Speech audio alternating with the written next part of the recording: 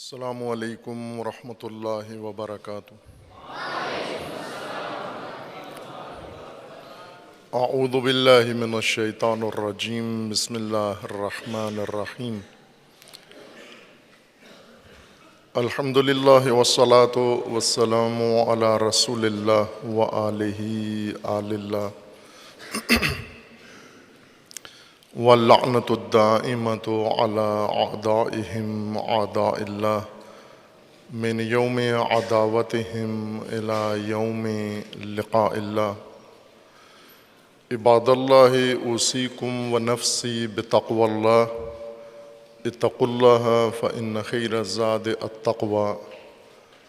بندگان خدا، آپ سب کو اور اپنے نفس کو تقوی الہی کی وصیت کرتا ہوں، دعوت دیتا ہوں، تقوی الہی کی تاکید کرتا ہوں و نصیحت کرتا ہوں۔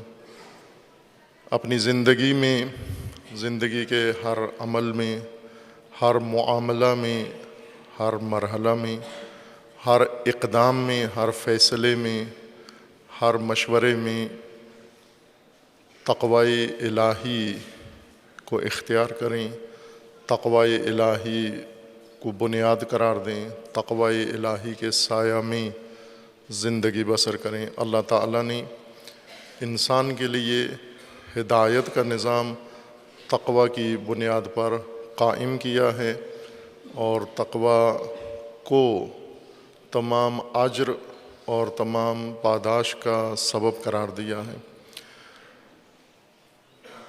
روز مبارک عید سعید قربان، عید بندگی، عید معراج بندگی، عید ابراہیمی و عید اہل البیت و عید انبیاء و عید مؤمنین و مسلمین، آپ تمام مومنین گران قدر، تمام امت اسلامیہ و تمام راہروان راہ ولایت و امامت کو تبریک و تہنیت عرض ہے۔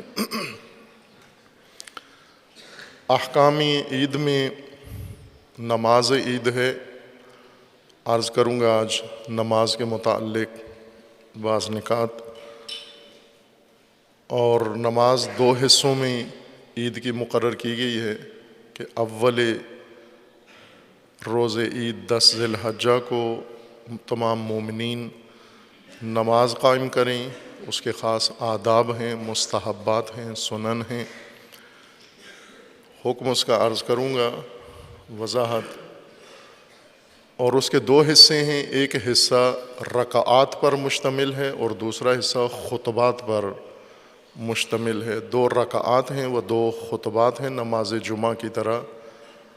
فرق یہ ہے کہ نماز جمعہ میں پہلے خطبات ہیں اور بعد میں رکعات، اور نماز عید میں پہلے رکعات ہیں اور بعد میں خطبات۔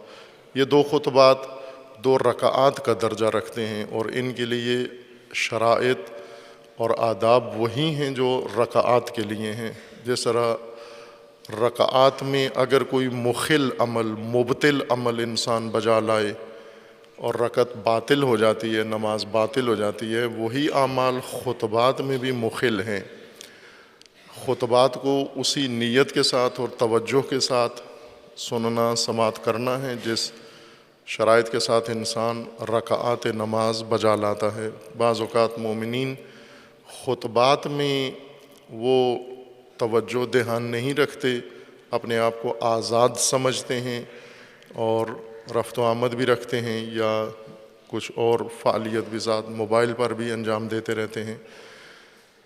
حتیٰ یہاں تک ہے کہ خطبات کے دوران آپ قبلہ سے رخ نہ موڑیں۔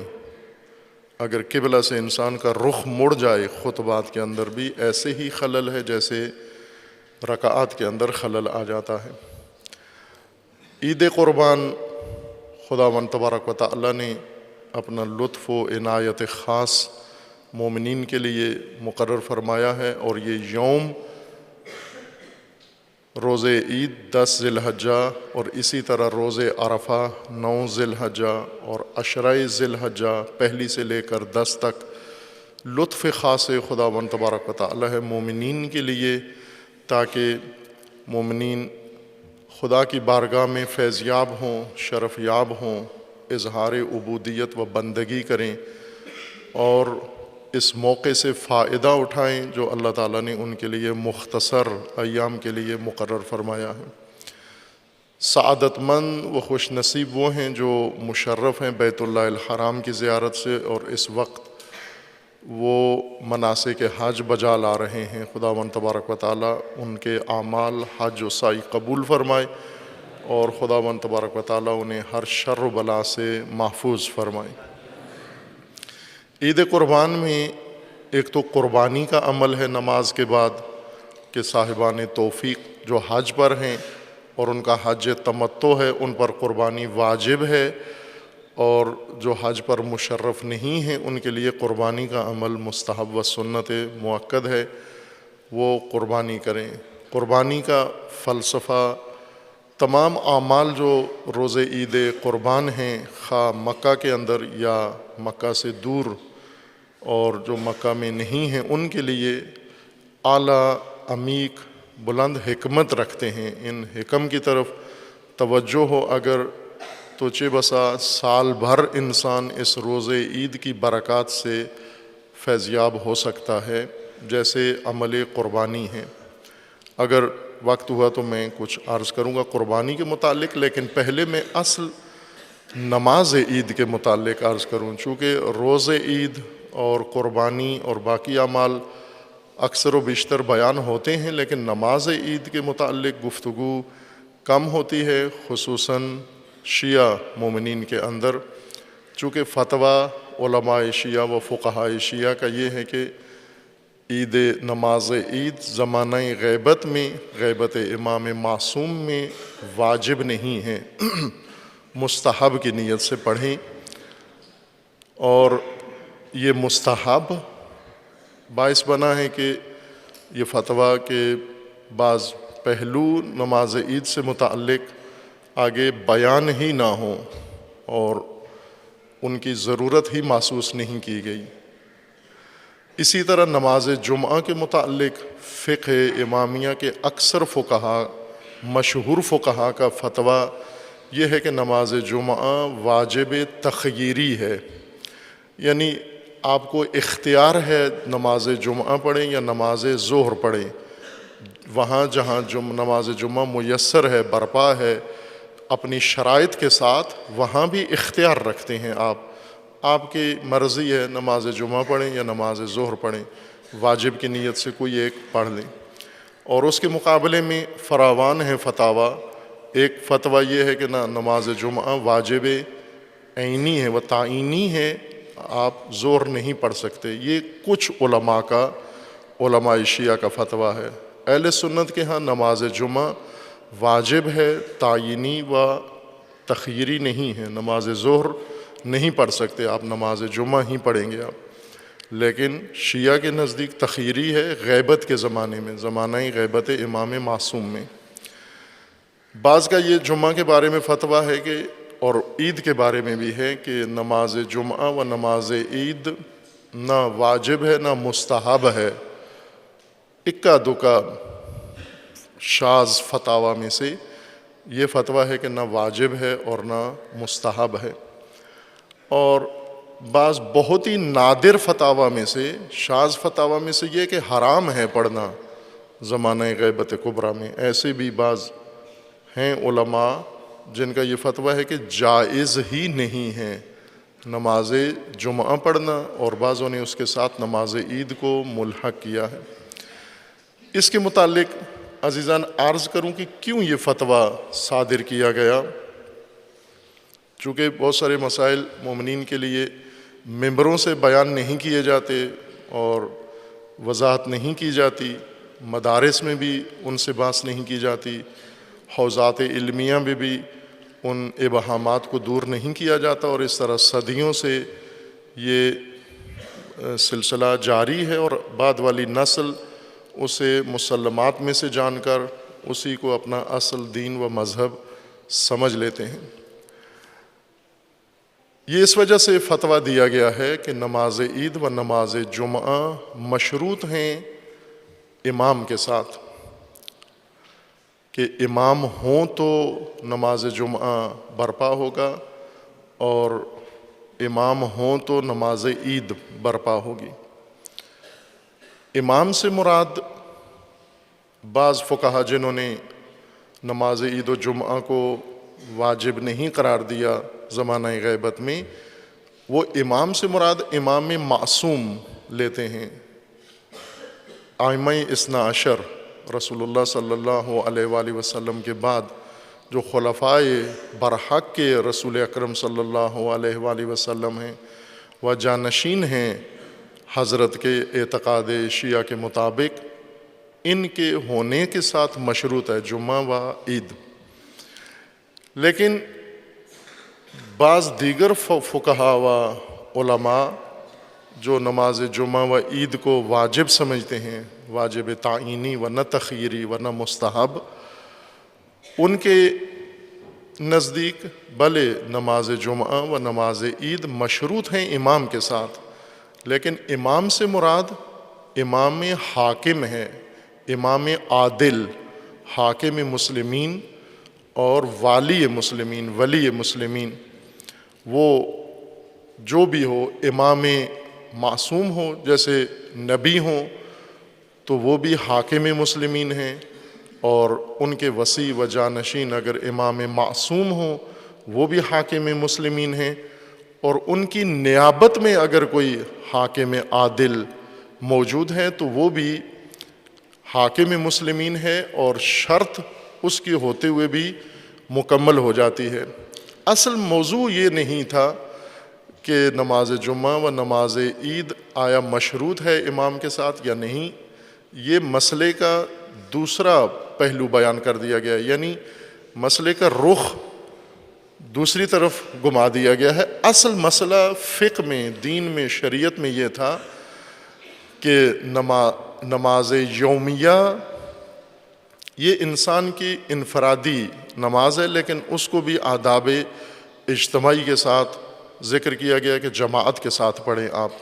لیکن اگر جماعت میں نہیں بھی کوئی پڑھتا اور انفرادی طور پر برپا کرتا ہے، یا نماز جماعت خود سے لوگ اہتمام کر کے، مومنین جہاں بھی چند مومنین ہو، دو مومنین ہوں، دو مومن کہیں نماز پڑھنا چاہتے ہیں اور عادل ہیں دونوں، اور ہونا چاہیے۔ میں پہلے بھی بارہا بعض عرائض میں آپ مومنین کی خدمت میں عرض کیا ہے کہ مومن کم از کم عدالت مومن کے اندر، عام مومن کے اندر یہ ہے کہ اس کے پیچھے نماز پڑھی جا سکے، اس کی شہادت قبول کی جا سکے۔ اس سے باہر اگر ہے وہ فاسق ہے، وہ مومن نہیں ہے اگر اس کے پیچھے نماز ہی نہیں پڑھ سکتے۔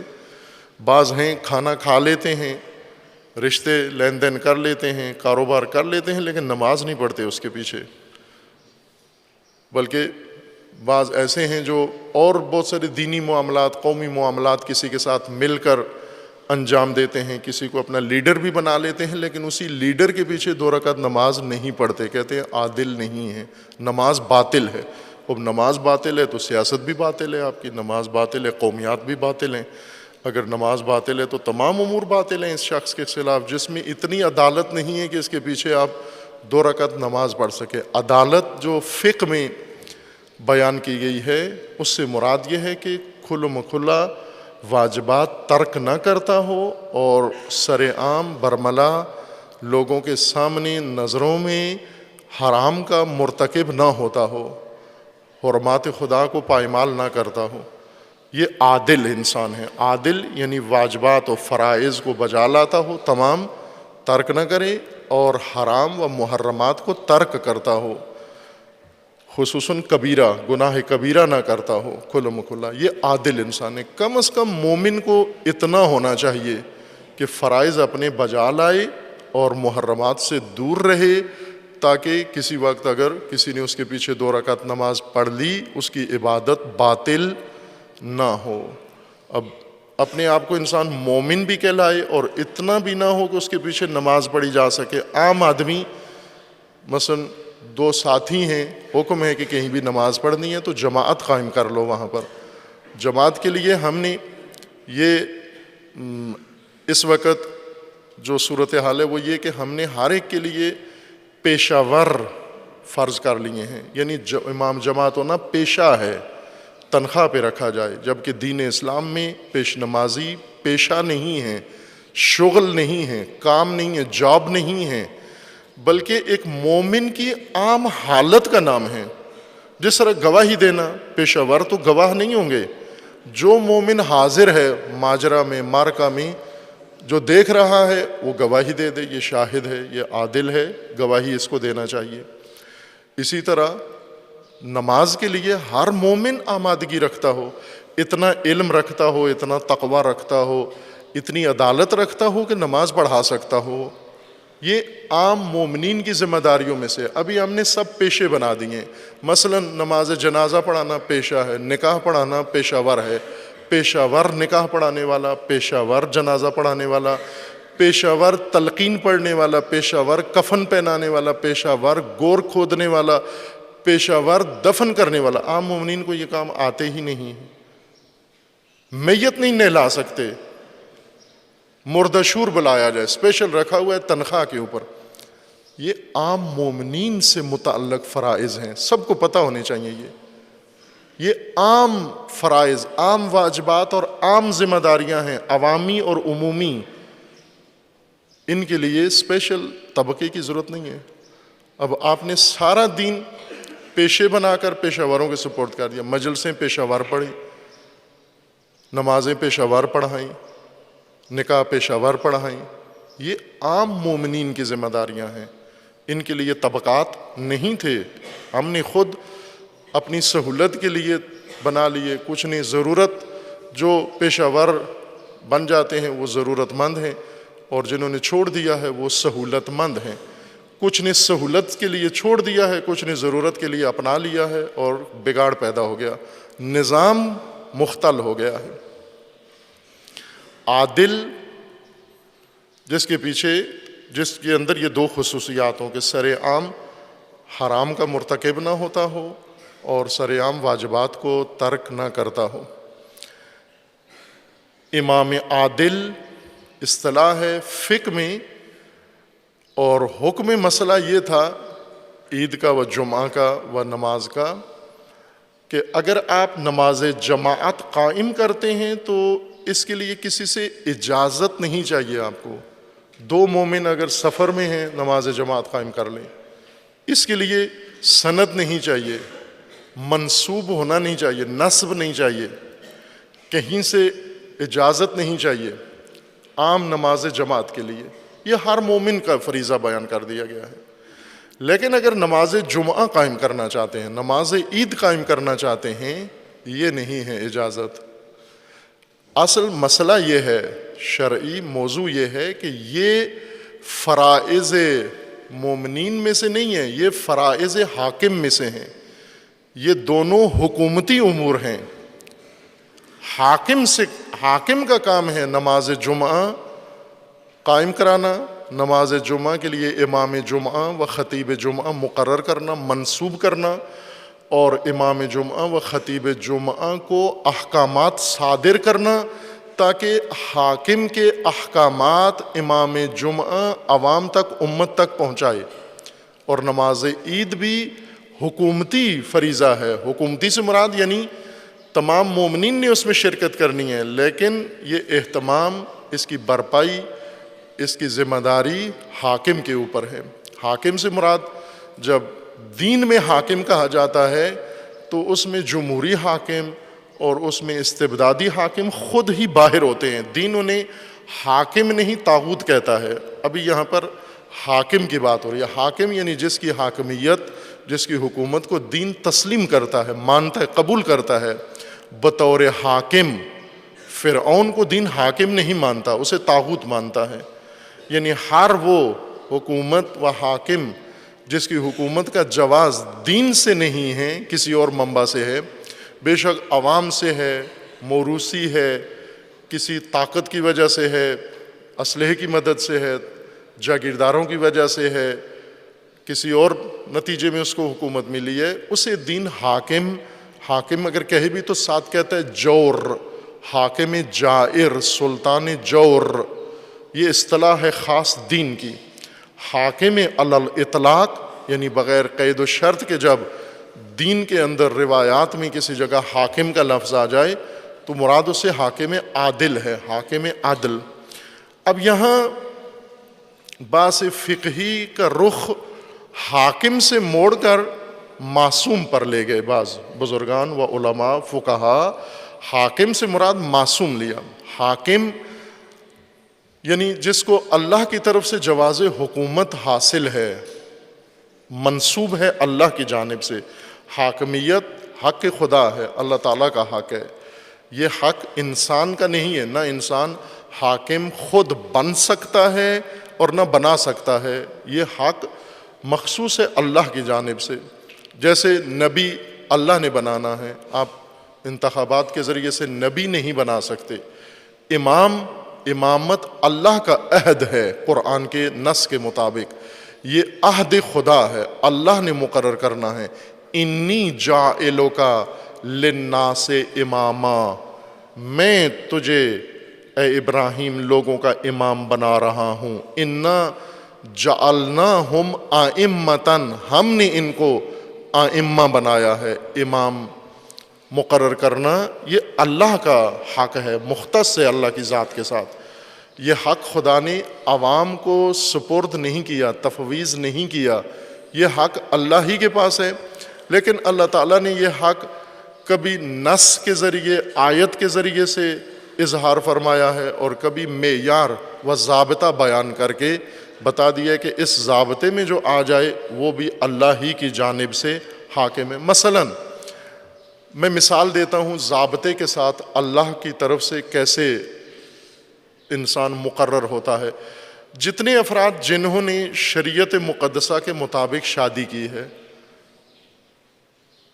خوب بعضوں نے شریعت کو پائمال کر کے شادی کی ہے اور ان کی زوجیت شریعت کی طرف سے تصدیق شدہ نہیں ہے، وہ زوجیت جو اللہ کی طرف سے منظور شدہ ہے۔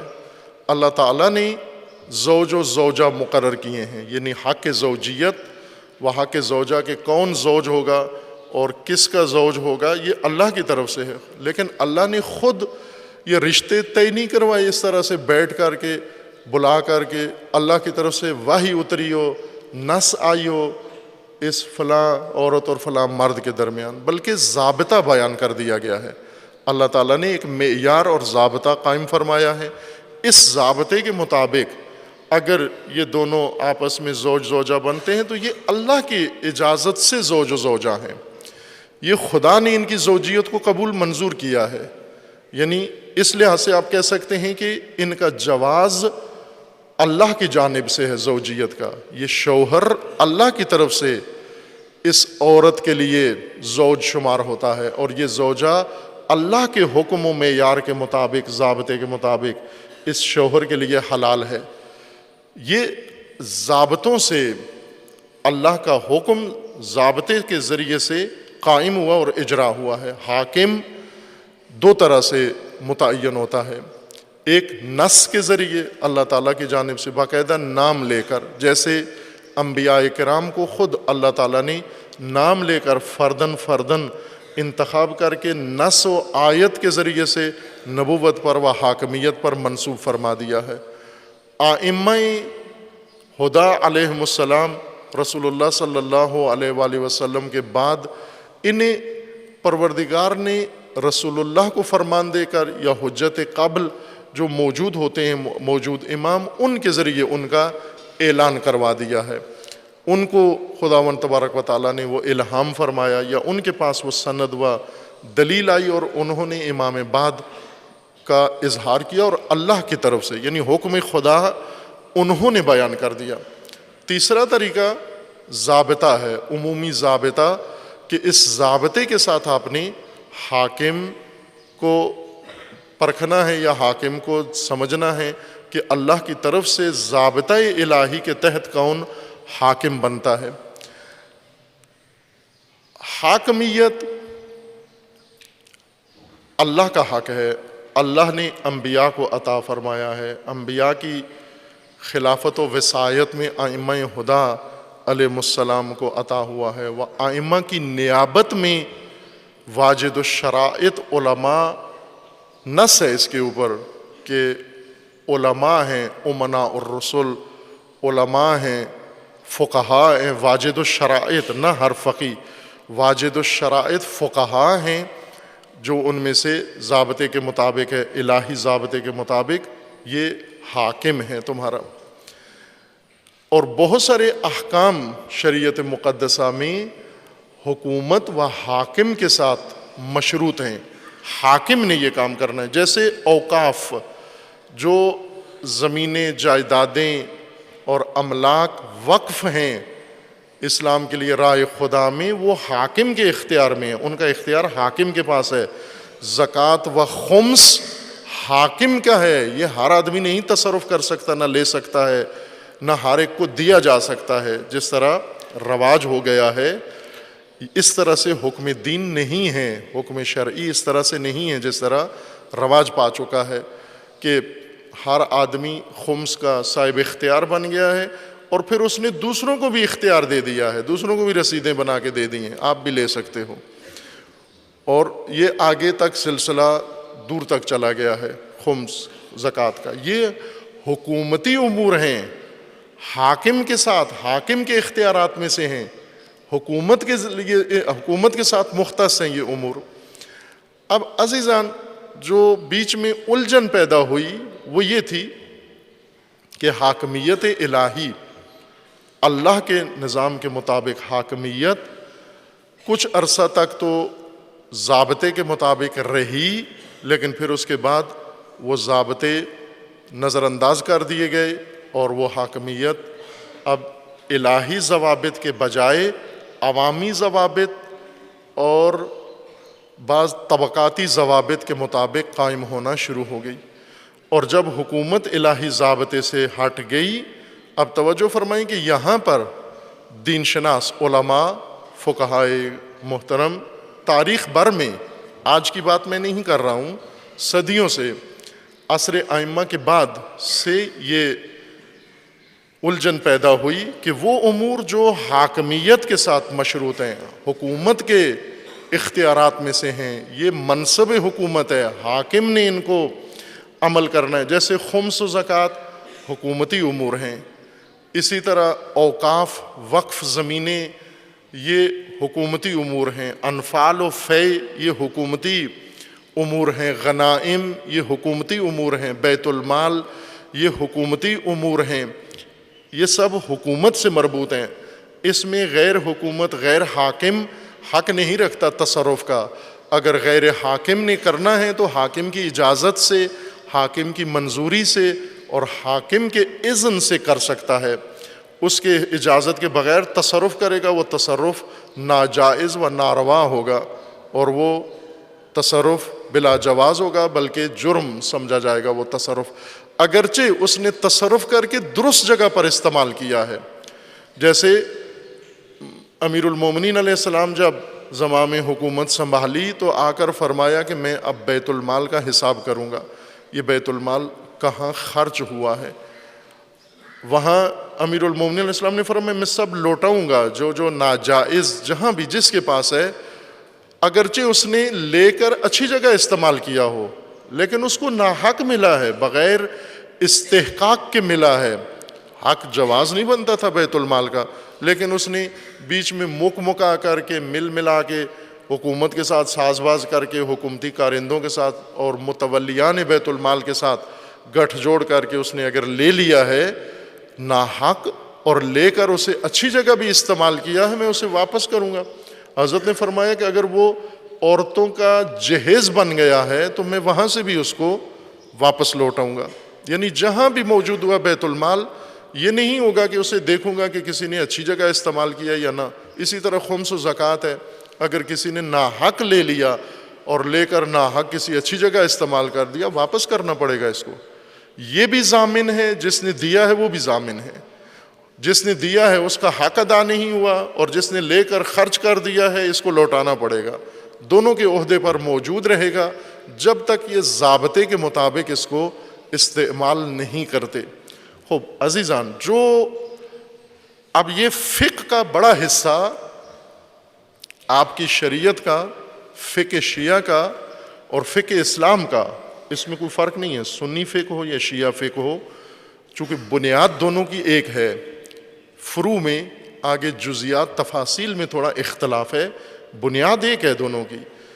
دونوں کے اندر ایک بڑا حصہ فقہی احکام کا حکومت سے مربوط ہیں، حکومت کے اختیارات ہیں، حاکمیت سے مربوط ہیں. مثلا چاند دیکھنا، چاند عید ہوئی ہے یا نہیں، ماہ رمضان ہوا ہے یا نہیں، مہینہ شروع ہوا ہے یا نہیں، مہینہ ختم ہوا ہے یا نہیں. خوب یہ حکومتی چیز ہے، حاکمیت سے مربوط ہے، حکومت کا حق ہے، یعنی حکومت الہیہ، حکومت اسلامیہ، حاکم عدل نہ حکام جور. حاکم جور کا کوئی اختیار نہیں ہے، وہ غاصب ہے، وہ مجرم ہے، وہ طاغوت ہے. اس کے لیے کوئی حق چیز بھی دین تسلیم نہیں کرتا. حاکم جور اگر درست کام بھی کرے دین اس کو بھی کہتا ہے یہ بھی صحیح نہیں ہے، چونکہ غلط آدمی نے صحیح کام کیا ہے اس وجہ سے یہ قبول نہیں ہے. صحیح آدمی صحیح کام کرے، غلط آدمی صحیح کام کرے نامنظور. صحیح آدمی صحیح کام کرے، درست آدمی درست کام کرے. اگر درست آدمی نادرست کام کرے یہ بھی نامنظور. مومن غلط کام کرے، مومن رشوت کھائے، مومن سود کھائے، یہ غلط ہے. اور اگر فاسق ٹھیک کام کر دے وہ یہ بھی قبول نہیں ہے. درست آدمی درست کام کرے، مومن درست کام کرے. حاکم جور ٹھیک کام بھی کرے قبول نہیں ہے، چونکہ حاکم جور ہے. اگر فرعون یتیموں کی سرپرستی کرے درست نہیں ہے، قبول نہیں ہے. یہ فرعون روڈ بنائے درست نہیں ہے. ٹرمپ بہت اچھے کام کرے، یو ایس ایڈ تھیلیاں بھر کے ہر شیعہ کے گھر پہنچا دے، درست نہیں ہے. شیعہ کے پیٹ میں ٹرمپ کا چاول اور ٹرمپ کا آٹا جب جائے گا مشکل پیدا کرے گا، شیعہ کو خراب کر دے گا، آلودہ کر دے گا. یہ مسلمان کو آلودہ کر دے گا. یہ آٹا نہیں جانا چاہیے اس کے گھر کے اندر. لقمہ اور نطفہ ان دونوں کا اثر ہے. رسول اللہ نے فرمایا کہ جو نطفہ غلط ہوگا وہ کبھی بھی علی کا محب نہیں ہوگا. اور امام حسین علیہ السلام فرماتے ہیں جو لقمہ غلط ہوگا وہ کبھی بھی حق کی بات امام سے نہیں سنے گا. نطفہ بھی پاک ہو، لقمہ بھی پاک ہو. اب بعض نطفے کا خیال رکھتے ہیں، لقمے کا خیال نہیں رکھتے. دونوں ایک جیسا عمل کرتے ہیں. ناپاک نطفہ اور ناپاک لقمہ برابر کی تاثیر رکھتے ہیں. اس لیے حاکم جور اور حاکم جائر اس کو شرعی سرکاری رسمی حیثیت دین نہیں دیتا، ان کے اعمال کو قبول نہیں کرتا. حاکم یعنی حاکم دین، حاکم الہی. جیسے نماز پڑھنی ہے اگر آپ نے تو آپ کے پاس امام عادل ہونا چاہیے. امام عادل، اور کوئی بھی امام عادل ہو. نماز جماعت کے لیے حکومت سے منظور شدہ نہیں چاہیے امام، مومنین خود بن سکتے ہیں. ہر آدمی جو عادل ہے اور عالم ہے اور با تقوی ہے اور صحیح نماز قائم کر سکتا ہے، عادل ہے، یہ کر سکتا ہے، یہ امام جماعت بن سکتا ہے. 2 آدمیوں کا، 4 آدمیوں کا. پیشہ ور ائمہ یہ ہم نے اختیار کی ہیں اپنی سہولت اور ضرورت کے لیے. اس وقت مساجد کے اندر ایک معین فکس امام ہے، دوسرا پڑھا ہی نہیں سکتا. اب ہر نماز آپ نئے امام کے پیچھے پڑھ سکتے ہیں، کیا حرج ہے اس میں؟ جو بھی مثلا یہاں حوزہ ہے، جامعہ ہے، طلاب ہیں جن میں عادل تو الحمدللہ سارے ہیں، لیکن تجوید میں، قرآن پڑھنے میں، صحیح تلفظ میں مشکلات رکھتے ہیں. بعض قاری صاحب موجود ہیں، ان کا امتحان لیتے ہیں. جو بھی صحیح قراءت کر سکتا ہو قاری صاحب کہہ دیتے ہیں یہ پڑھا سکتا ہے نماز، اور پڑھاتے ہیں. یا اکثر آپ بتائیں گے ہر نماز کوئی نیا آدمی پڑھا رہا ہوتا ہے، وہ بھی اس لیے کہ عادل ہے، کوئی بھی پڑھا سکتا ہے، اس میں تو پیشہ وری نہیں ہے کہ ایک معین آدمی ہی امام جماعت بنے۔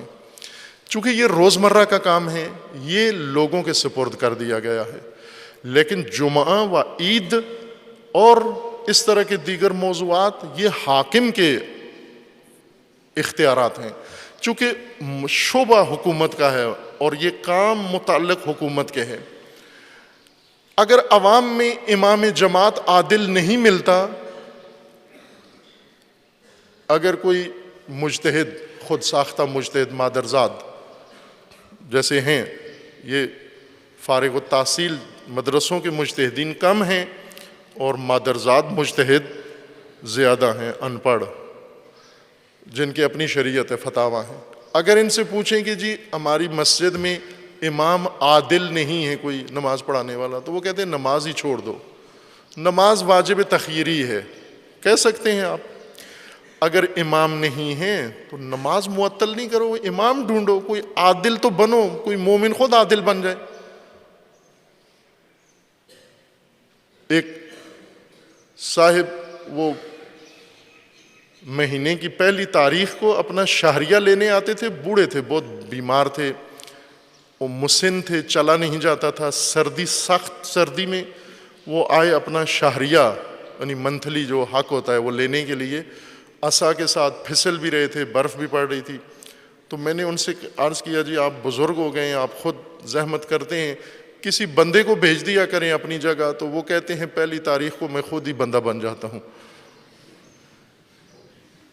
کہتے ہیں پہلی تاریخ کو خود ہی بندہ بن جاتا ہوں۔ وہ بھی اسی طرح مومن ایک آدمی عادل بن جائے، بندہ بن جائے نماز پڑھانے کے لیے، باقی اگر ضرورت نہیں سمجھتے تو ایک آدھ کو تو بندہ بننا چاہیے کہ نماز پڑھا سکے۔ نماز کیوں معطل کرتے ہو اگر امام نہیں ہے؟ نماز کیوں معطل کرتے ہو؟ یہ کیسا دین شناسی ہے کہ آپ نے نماز ہی کہا چھوڑ دو؟ کیوں؟ امام نہیں ہے۔ امام نہیں ہے تو امام پیدا کرو، آپ عادل پیدا کرو۔ آپ اب جو امور شرعن مربوط تھے اور اختیارات حکومتی میں سے تھے، انہیں جب بحث کی گئی تو یہ کہا گیا کہ امام کا ہونا شرط ہے، یعنی یہ مشروط ہیں امام کے ساتھ۔ بات اس طرح سے نہیں تھی کہ مشروط بے امام ہیں یا نہیں، بات یہ تھی کہ یہ حاکم کے اختیارات میں سے ہیں، حاکم کے شعبہ ہے، حاکم نے امام جمعہ، جماعت جمعہ اور نماز عید کا اہتمام کرنا اور مقرر کروانا اور پڑھانا اور پیغام دینا ہے۔ اب اگر حاکم عدل نہیں ہے تو کیا کریں ہم؟ کہا نماز چھوڑ دو، صدیاں ہو گئی ہیں، نماز جمعہ چھوڑ دو، تخییری کر دو، چونکہ امام آئیں گے تو پھر ہوگا۔ خوب اگر حاکم نہیں ہے، حکومتی امور حکومت نہ ہونے کی وجہ سے تو معطل نہیں ہو سکتے، تعطیل تو نہیں کر سکتے دین خدا کو، چونکہ دین کا اکثر حصہ حکومت کے اختیار میں ہے۔ اگر حکومت نہیں ہے تو کیا کریں؟ دین معطل کر دیں، آئین خدا معطل کر دیں۔ کیوں؟ کہ حکومت اسلامی نہیں ہے بس آئین معطل ہے۔ یہ نہیں ہے، راستہ یہ ہے کہ اگر حکومت اسلامی حاکم دینی نہیں ہے تو آئین دین معطل کرنے کے بجائے حاکم اسلامی قائم کرو، حکومت اسلامی قائم کرو، حاکم شرعی قائم کرو۔ اور حاکم شرع، حاکم الہی دو صورتوں میں ہوتا ہے۔ حاکم دو صورتوں میں قابل تصور ہے، ایک حاکم بھی ہے، حکومت بھی ہے، اس کے اختیارات بھی ہیں، امت بھی ہے، مملکت بھی ہے، سرزمین بھی ہے، تمام شرائط حاکم کی، حکومت کی فراہم ہیں۔ خوب یہ ایک صورتحال ہے، جس طرح امیر المومنین علیہ السلام کی حکومت تھی کہ امیر المومنین علیہ السلام کی حکومت میں امت ہے، عوام ہیں، قبول بھی کرتے ہیں حاکمیت کے طور پر، اور اختیار و قدرت بھی ہے امام کے پاس، اور حکومت کے احکامات لاگو کیے۔ ایک یہ صورت ہے جیسے رسول اللہ صلی اللہ علیہ وآلہ وسلم کی حکومت تھی کہ حاکم بھی ہیں، مملکت بھی ہے اور امت بھی ہے، اور وہ امت تسلیم بھی ہے۔ یہ ایک شکل ہے حاکمیت کی۔ ایک شکل یہ ہے کہ حاکم ہے اور امت بھی ہے، پیروکار بھی ہیں، حاکم ماننے والے بھی ہیں، لیکن اختیار و طاقت و قدرت نہیں ہے، اقتدار نہیں ہے، سرزمین نہیں ہے۔ اب اس صورت میں کیا کریں؟ اس صورت میں آیا دین معطل کر دیں؟ نہ، اس صورت میں بھی حاکم دین ہی کی پیروی کرنی ہے۔ یعنی اس صورت میں بھی جو اللہ نے آپ کے لیے حاکم مقرر کیا ہے، امام، اسی کی پیروی کرنی ہے، اسی کے حکم پر چلنا ہے آپ نے۔ نہ یہ کہ چونکہ اب اقتدار نہیں ہے ان کے پاس تو ہم ہمیشہ اقتدار کے پجاری ہیں۔ اقتدار ممکن ہے جور کے پاس ہو، جائر کے پاس ہو، سلطان جائر طاغوت کے پاس ہو۔ قدرت ممکن ہے تخت پر وہ بیٹھا ہو، مسند پہ وہ بیٹھا ہو، تو جس کے پاس طاقت ہوگی اس کے پیچھے چلنا ہے، جو کرسی اقتدار کے اوپر بیٹھا ہوگا اس کے پیچھے چلنا ہے، یا اللہ کی طرف سے مقرر رہنما و حاکم کے پیچھے چلنا ہے۔ خوب ہر صورت میں اگر اللہ کی طرف سے منسوب حاکم کا اقتدار بھی ہے، نور و نلا نور، اگر اقتدار نہیں ہے، طاقت و قدرت نہیں ہے، پیروکار ہیں وہ حاکم ہیں، تو یہ پیروکار اسی حاکم ہی کی اتباع کریں گے۔ یعنی ان کے دین معطل کرنے کے بجائے حاکم کے اذن سے، وہ حاکم جس کے پاس مملکت نہیں ہے، اقتدار نہیں ہے، لیکن حکومت کرے گا، وہ حاکمیت کرے گا، یہ رہا ہے، تاریخ میں بھی رہا ہے اور ابھی بھی موجود ہے۔ ابھی مثال دی میں نے کچھ عرصہ قبل آپ کو اسماعیلیہ سلسلے کی، کہ ان میں حاکمیت ابھی بھی ہے، حاکم کے پیروکار ہیں وہ، لیکن ان کی مملکت نہیں ہے، سرزمین نہیں ہے، اقتدار نہیں ہے، لیکن اتباع ہے، امت ہے، امام ہے، اور یہ امام کے پیروکار ہیں سارے۔ کسی بھی سرزمین پہ رہتے ہو، اپنے حاکم جو ان کے عقیدے کے مطابق ان کا امام ہے، پیشوا، اس کی بات پہ عمل کرتے ہیں، اور اس وقت ان کے عمل ان کی فقہ کے مطابق مشروع ہو جاتے ہیں۔ اہل سنت نے جو بھی ان کے ہاں شرائط ہیں حاکم کی، ان کے ہاں تھوڑی نرم شرائط ہیں حاکم کی شیعہ کی نسبت، لہٰذا انہیں جلدی حاکمیت میسر آ جاتی ہے، جلدی حاکم چن لیتے ہیں۔ چونکہ بہت ساری سخت شرائط جو شیعہ کے ہاں ہیں، ان کے ہاں اتنی سخت شرائط حاکم کی نہیں ہے، کوئی بھی حاکم بن سکتا ہے۔ اس لیے ان کے ہاں دین معطل کرنے کی کوئی صورت جواز نہیں ہے کہ یہاں پر ہم جمعہ معطل کر دیں، جمعہ کو غیر واجب قرار دیں، عید کو غیر واجب قرار دیں۔ کیوں؟ کہ جس نے عید پڑھانی تھی یا پڑھوانی تھی وہ ہے ہی نہیں ہے، تو اب ہم عید ہی چھوڑ دیں۔ عید نہ چھوڑیں، عید قائم کریں، اور جو کمی ہے وہ پوری کریں۔ یعنی حاکمیت کی کمی ہے تو حاکمیت فراہم کریں، شرط مہیا کریں، نہ کہ اصل فریضہ واجب ترک کر دیں۔ 70% سے زیادہ دین حکومتی ہے، یعنی حکومت سے مربوط ہے، حاکمیت سے مربوط ہے۔ خوب صدیوں سے حاکم اسلامی نہیں ہیں، پھر کیا کریں؟ دین خدا کو چھوڑ دیں جیسا کہ چھوڑا ہوا ہے، اور نسل اندر نسل سارے اسی کو چلائے جا رہے ہیں، راضی ہیں سارے اس کے اوپر، اسی طرح سے چلیں۔ عزیزان، جیسے میں نے کہا کہ آپ نماز جماعت میں امام چاہیے، امام عادل، یہ امام عادل اگر نہیں ہے تو امام عادل فراہم کرو جماعت کے لیے، جو عام مومنین کے اختیارات ہیں۔ مومنین اپنے میں سے عادل انسان پیدا کریں، عالم با تقوی، اور اس کے پیچھے نماز جماعت پڑھیں۔ حاکم اگر نہیں ہیں تو الہی ضابطے کے مطابق حاکم کو ڈھونڈیں، تلاش کریں، اور ہمیشہ حاکمیت الہی کے اندر رہیں، تابع رہیں، نہ کہ دین معطل کر دیں۔ یہ ایک دور میں جب دیکھا کہ وہ شرط یا اختیار جس کا ہے وہ نہیں ہے، تو کہا چونکہ وہی نہیں ہے تو دین بھی نہیں ہے۔ نہ عزیز من، آج اگر ہم مشاہدہ کریں کروڑوں کی تعداد میں، ملینز کی تعداد میں مومنین موجود ہیں، لیکن ان کے لیے جو واجبات ہیں، فرائض ہیں، اکثر حکومتی اختیارات والے شعبے وہ سارے معطل ہیں چونکہ حاکم نہیں ہے۔ کچھ کا تو خود رائے حل نکال لیا ہے، مثلا چاند جو حکومتی مسئلہ ہے، چاند کا اعلان کرنا، تمام علماء فقہا سب کے سب کا متفقہ فتویٰ ہے کہ چاند یا خود دیکھیں یا عدلین گواہی دیں کہ یہ چاند نظر آ گیا ہے، بشرطے کہ دو مخالفت نہ کرتے ہوں، انہوں نے کہا ہو کہ نہیں نظر آئی، بعض شرائط میں ہے، یا بعض جگہوں پر اگر شہرت ہو گئی ہے، اکثر نے کہہ دیا چاند نظر آ گیا ہے، قابل اعتماد ہے، اطمینان حاصل ہو گیا، یا پھر حاکم شرع اعلان کر دے چاند ہے، چاند ثابت ہے۔ جب حاکم شرع کہہ دے کہ چاند ہے، پھر چاند ہے، پھر کوئی مرجع تقلید ہے، کوئی فقیہ ہے، مجتہد ہے، وہ نہیں انکار کر سکتا۔ اور اگر حاکم شرع کہہ دے چاند نہیں ہے، کوئی چاند کا اظہار نہیں کر سکتا کہ چاند ہے۔ کیوں کہ چاند کا اعلان کرنا حکومتی مسئلہ ہے، یہ شخصی مسئلہ نہیں ہے کہ آپ اعلان کر کے عید کا اعلان کر دیں یا کہیں۔ جو ابھی تقلیدی بنا دیا ہے، چونکہ حکومت نہیں ہے، حاکم میسر نہیں ہے، تقلیدی بنا دیا ہے۔ تقلیدی نہیں ہے، جیسے چاند نکلنا سورج نکلنے کی طرح ہے، سورج نکلا یا نہیں نکلا، یہ تو تقلیدی مسئلہ نہیں ہے، وہ باہر نکل کے دیکھو نکلا یا نہیں نکلا، شخصی مسئلہ ہے، تشخیص موضوع ہے۔ خود دیکھو آپ، مثلا بارش ہوئی ہے یا نہیں ہوئی ہے، مرجع تقلید سے پوچھتے ہیں بارش ہوئی ہے یا نہیں ہوئی، یہ تو آپ کو خود آپ کو حواس دیے، عقل دیے اللہ نے، خود دیکھو بارش ہوئی ہے یا نہیں ہوئی ہے۔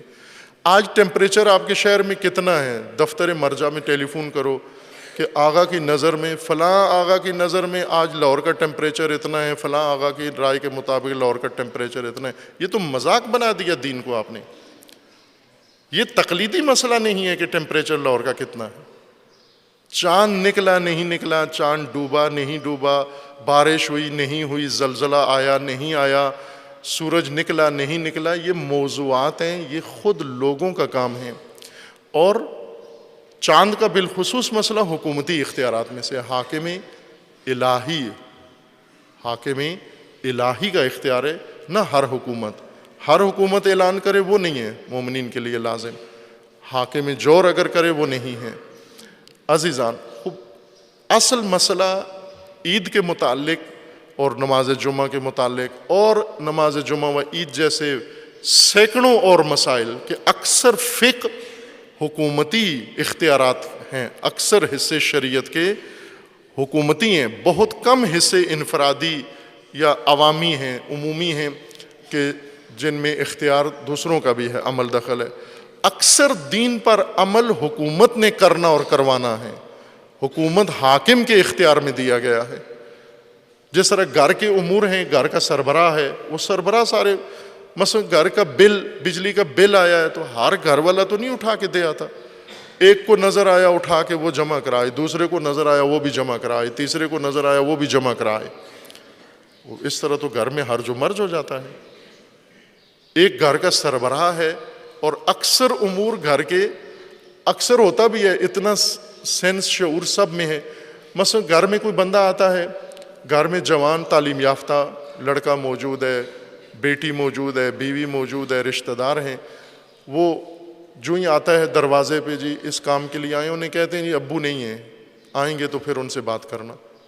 آپ بھی تو گھر کے رکن ہو، آپ بھی تو جمہوریت کا نظام ہے، آپ بتا دو، آپ کر دو، کہتے ہیں ہمیں نہیں ہے، ہم نے کرنا نہیں، غلط ہے، اختیار نہیں ہے ہمارا، یہ ابو کا اختیار ہے، ابو ابھی نہیں ہے، ابھی جاب پہ ہیں، ابھی دکان پر ہیں، ابھی فیکٹری میں ہیں، یہ آئیں گے تو آپ ان سے بات کرنا۔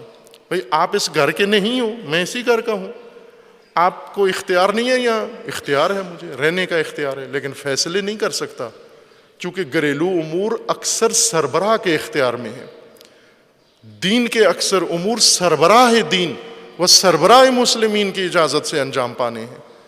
اب سربراہ چھوڑ دیا، اس کی ضرورت ہی نہیں ہے، اور اس سے مربوط جتنے امور تھے ان کے بارے میں فتویٰ دے دیا کہ یہ بجا لانا بھی ضروری نہیں۔ اب صدیوں سے اگر دین معطل رہے گا تو پھر کس طرح سے دین کے مقاصد حاصل ہوں گے؟ کس طرح سے وہ نسلیں جو اس حالت میں معطل دین کے زمانے میں جو نسلیں گزر رہی ہیں، یہ کیا کریں گے یہ لوگ؟ ابھی ہم اس زمانے کی نسل ہیں جب دین معطل ہے۔ انسدادی وہ لوگ ہیں جو سمجھتے ہیں کہ دین کا در بند ہو چکا ہے، امام آئیں گے تو دوبارہ کھلے گا۔ یہ خطرناک نظریہ ہے انسداد دین، کہ دین کا دروازہ بند ہے، امام آئیں گے تو دین کا دروازہ کھلے گا، یہ بہت خطرناک نظریہ ہے، یہ بے دینی کی طرف لے جانے والا نظریہ ہے، یہ دین کی جڑ سست کرنے والا نظریہ ہے۔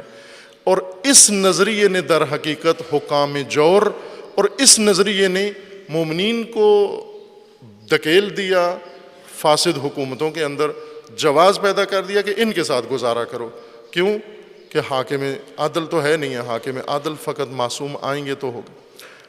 حکومت عدل اس کے درجات ہیں، رسول اللہ اگر تشریف فرما ہو اور حاکم ہو تو یہ بھی حاکم عدل ہیں، ان کی وصایت میں امام معصوم ہو اور حاکم ہو تو بھی اقتدار ہو یا نہ ہو، توجہ فرمائیں، رسول اللہ کے پیروکار یہ نہیں ہے کہ بعض مسائل میں رسول اللہ کی بات پوچھیں اور بعض میں ابو لہب۔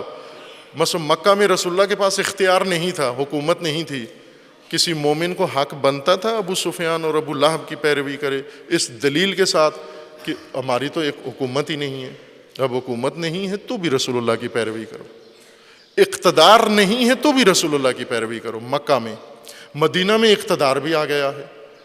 اب رسول اللہ کے بعد ائمہ اطہار کا اثر شروع ہوتا ہے۔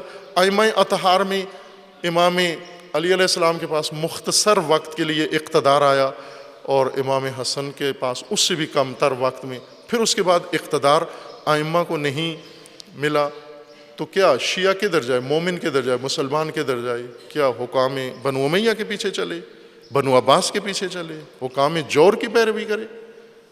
بھلے اس نظریے کے مطابق کہ اگر امام صادق کی حکومت نہیں ہے تو پھر منصور دوانیکی کی بات مانو، وہ کیا کہتا؟ یہ باطل نظریہ ہے، یہ درست نظریہ نہیں ہے کہ ہم حکومت سے مشروط امور کو، حکومت کے فقدان کو جواز قرار دے کر معطل کر دیں، نہ، بلکہ حکومتی امور جو حکومت کے اختیار میں ہیں اس کے لیے حاکمیت کا دینی تصور بحال کریں۔ حاکمیت کا دینی تصور عام ہے، مختص نہیں ہے مملکت و اقتدار کے ساتھ۔ ممکن ہے مملکت و اقتدار ہو اور حاکمیت ہو، اور ممکن ہے مملکت و اقتدار نہ ہو اور حاکمیت ہو۔ یہی مرجعیت اسی حاکمیت کی ایک شکل ہے، بغیر اقتدار کے حاکمیت کا نام مرجعیت ہے۔ لیکن مرجعیت میں اکثر حکومتی امور ترک کر کے فقط علمی امور اور عوامی امور پر حاکم نے اپنے آپ کو منحصر کر دیا، ورنہ مراجع میں سے جو واجد و شرائط ہیں حاکمیت کے لیے ہر دور میں، اقتدار کے بغیر بھی وہی حاکم سمجھے جائیں گے، انہی کی اجازت سے سب کچھ ہوگا۔ مثلا اگر عراق میں یا انقلاب سے پہلے جب نہیں تھے، حاکم عادل نہیں تھا، لیکن مراجع تو تھے، فقہائے عادل تھے، ان فقہائے عادل میں سے جو شرائط حاکمیت رکھتے ہیں، چونکہ سارے نہیں رکھتے شرائط حاکمیت، بعض علمی صلاحیت رکھتے ہیں، حاکمیت کی صلاحیت، رہبری کی صلاحیت نہیں رکھتے۔ ہر عالم، ہر پڑھا لکھا، ہر فقہ پڑھنے پڑھانے والا حاکمیت کی شرائط نہیں رکھتا۔ حاکمیت کی شرائط اضافی ہیں، علم کے ساتھ ساتھ دوسری صلاحیتیں بھی ہوں، پھر وہ حاکم ہیں۔ اگر ان کے اندر حاکمیت کی شرائط موجود ہیں، ان کے حکم سے یہ امام جمعہ وہ منسوب کریں گے، عید کے لیے وہ منسوب کریں گے، اور وہ نمائندے مقرر کریں گے، خمس و زکوٰۃ ان کے ذریعے سے اکٹھا ہوگا۔ آپ کو ایسے فتاویٰ بھی بیچ میں ملیں گے کہ خمس و زکوٰۃ دفن کر دیں، آپ غیبت کے زمانے میں دفن کر دیں۔ یہ آج کسی بھی انسان کو یہ سناؤ کہ ہمارے مذہب کے اندر، یہ پاکستان میں بھی ایسے ہیں بعض جو دعوی فقاہت رکھتے ہیں اور ان کا فتویٰ یہی ہے کہ دفن کر دو۔ یہ دقیانوس کے عہد کے فقہا جو بہت لیٹ ہو گئے اور اس زمانے میں آئے ہیں، آپ کسی بچے کو بھی کہو کہ یہ دینی بیت المال ہے، لوگوں نے زحمت سے کمایا ہے، خمس و زکوٰۃ یہ سارا جمع کر کے اور اس کو دریا میں ڈال دو یا اس کو دفن کر دو کسی جگہ پر۔ آخر کوئی معقول عقل کس لیے خدا نے دی ہے آپ کو؟ کوئی انسان تسلیم کرنے کے لیے تیار ہے کہ یہ درست بات ہے یہ کہ دفن کر دو؟ آپ کیوں دفن کر دو؟ چونکہ امام معصوم نہیں ہے۔ وہ بندہ خدا امام معصوم نہیں ہے تو امام معصوم کی غیبت سے دین تو معطل نہیں ہوتا، امام معصوم کی نیابت موجود ہے، امام معصوم کی نیابت میں سلسلہ جاری ہے، قائم ہے۔ امام معصوم کی غیبت کا مطلب یہ، مثلا رسول اللہ کی وفات ہو گئی، رحلت ہو گئی، دین ختم ہو گیا ہے۔ رحلت رسول کا مطلب رحلت دین نہیں ہے، بلکہ وصایت رسول اللہ ہے، خلافت رسول اللہ ہے، اوصیاء ہیں رسول اللہ کے، ائمہ اطہار ہیں۔ اور ائمہ اطہار اگر شہید ہو گئے، وفات ہو گئی یا غائب ہو گئے، ان کی نیابت میں علماء ہیں، فقہاء ہیں۔ دین کا سلسلہ نہیں رک سکتا۔ ممکن ہے جو اللہ کی طرف سے مقرر رہبر ہیں وہ اپنی اپنی مدت کے لیے اپنے اپنے عہد کے ساتھ اللہ کی حکمت کے مطابق اپنا عہد گزاریں گے، لیکن دین کی حاکمیت کی تعطیل نہیں ہو سکتی۔ بس یہ جو نظریہ، میں نے صرف کوئی فتویٰ نہیں دیا، مسئلہ آپ کی خدمت میں وضاحت کی ہے کہ دو رائے جو موجود ہیں کہ نماز عید واجب نہیں ہے زمانہ غیبت میں، یہ اس وجہ سے کہ چونکہ حکومتی مسئلہ ہے نماز عید، اور حکومت نہیں ہے بس کا واجب ہی نہیں ہے۔ اب یہاں ایک فتویٰ یہ بھی ہے کہ نماز عید یا نماز جمعہ اگر حاکمیت معصوم نہیں ہے تو حاکمیت نیابتی ہے، حکومت عدل وہ قائم کرو اور دین معطل نہ کرو، جمعہ کینسل نہ کرو، جمعہ معطل نہ کرو۔ یہ دونوں رائے موجود ہیں، مطالعہ کے لیے، غور و فکر کے لیے یہ میں نے موضوع عرض کیا ہے، نہ کہیں کہ فتاویٰ جن کے مقلدین ہیں آپ ان کے جو فتاویٰ ہیں ان کے مطابق عمل کریں۔ میں طالب علمانہ عرض روز عید کو ضروری تھی یہ وضاحت کہ عید کا دن آتا ہے، جس طرح امام باقر علیہ الصلاۃ والسلام فرماتے ہیں کہ عید کا دن جب آتا ہے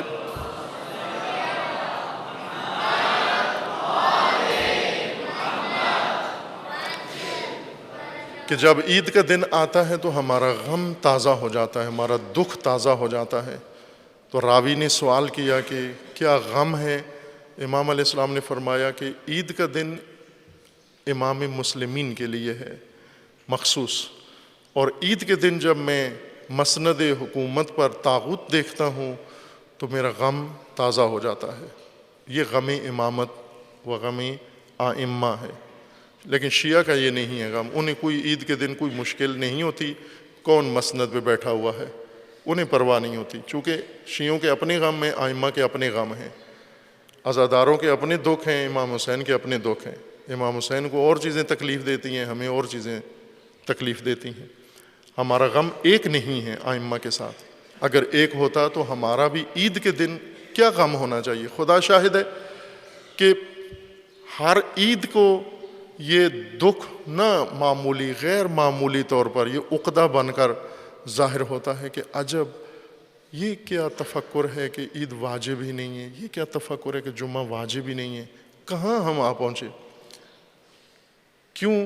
چونکہ حاکم امام نہیں ہے، تو امام میں معصوم نہیں ہے تو دین ہی معطل ہو جائے گا؟ یا اللہ نے اہتمام کیا ہوا ہے امام معصوم کی غیبت کے اندر بھی نیابت ہے، جس طرح ائمہ کے زمانے میں نمائندگی و نیابت تھی، ائمہ کی غیبت کے زمانے میں نمائندگی و نیابت کے ساتھ دین جاری رکھنا ہے۔ اس طرح تو معطل دین کئی ہزار سال گزر جائیں گے اور دین معطل رہے گا، اور پھر کوئی عید ایسی نہیں آئے گی جس میں مومن جشن منا سکے، خوش ہو سکے۔ کون سی عید آئے گی؟ امام تو فرماتے ہیں ہر عید میں ہمارا غم تازہ ہو جاتا ہے، خصوصاً عید قربان جو حاکمیت دین کے لیے ایک بہت بڑا مظہر حاکمیت دین ہے۔ حج حکومتی امر ہے، حکومتی ہے، حج انفرادی نہیں ہے، حکومتی ہے۔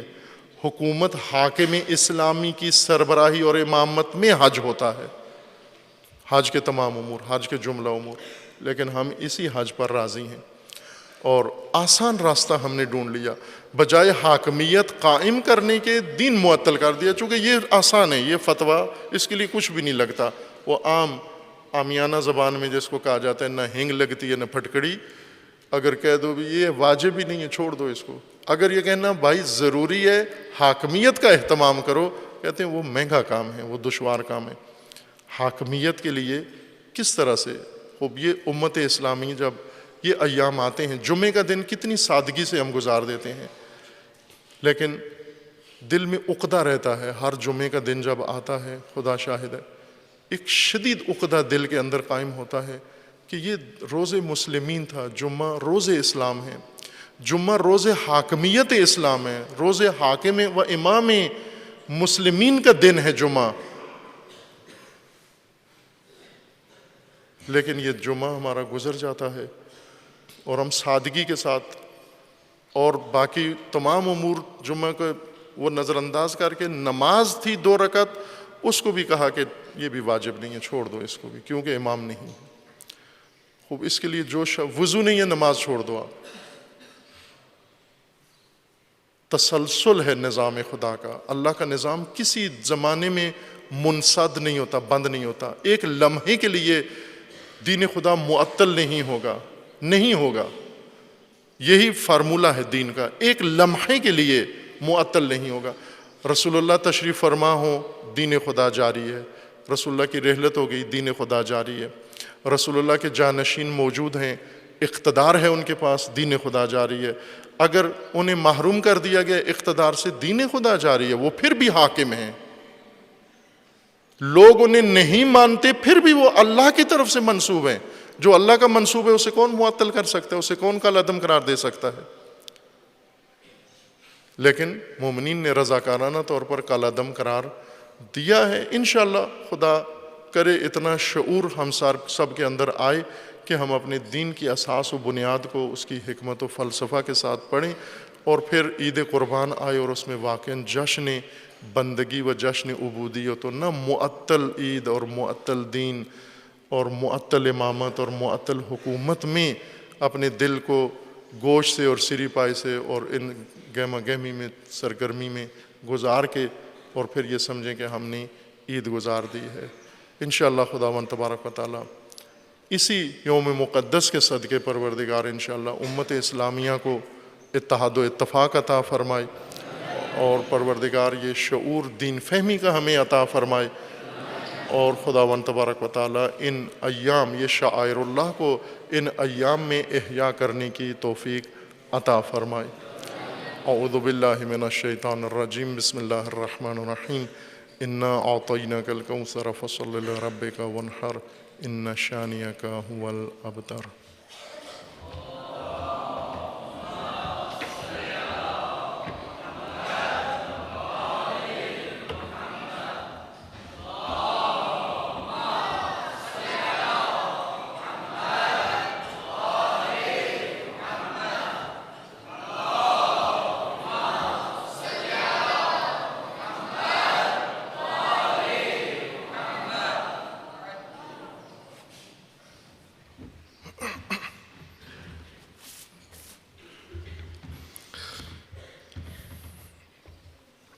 اعوذ باللہ من الشیطان الرجیم، بسم اللہ الرحمن الرحیم،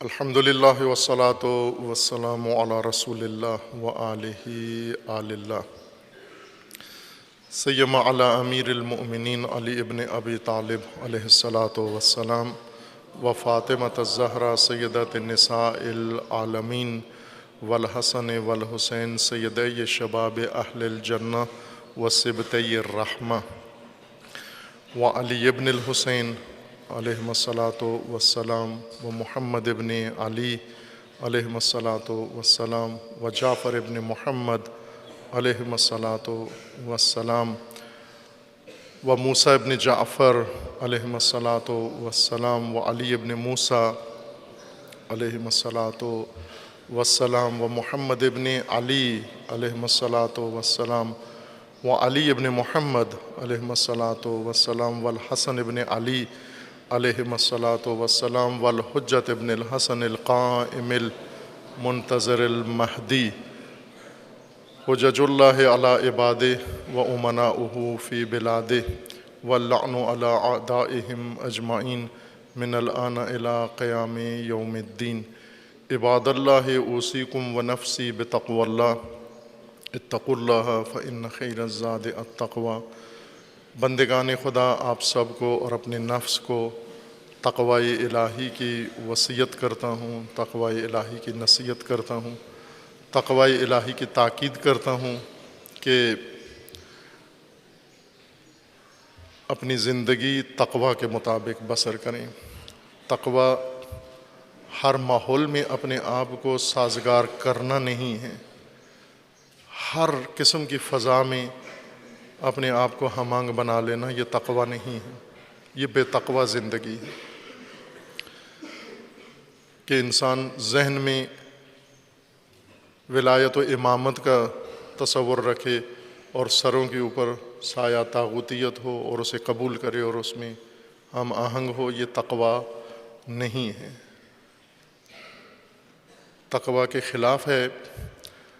تقوی اپنائیں، تقوی سے ہی یہ حالت موجودہ ختم ہوگی اور تقوی سے الہی پسندیدہ حالت حاصل ہوگی ہمیں انشاءاللہ۔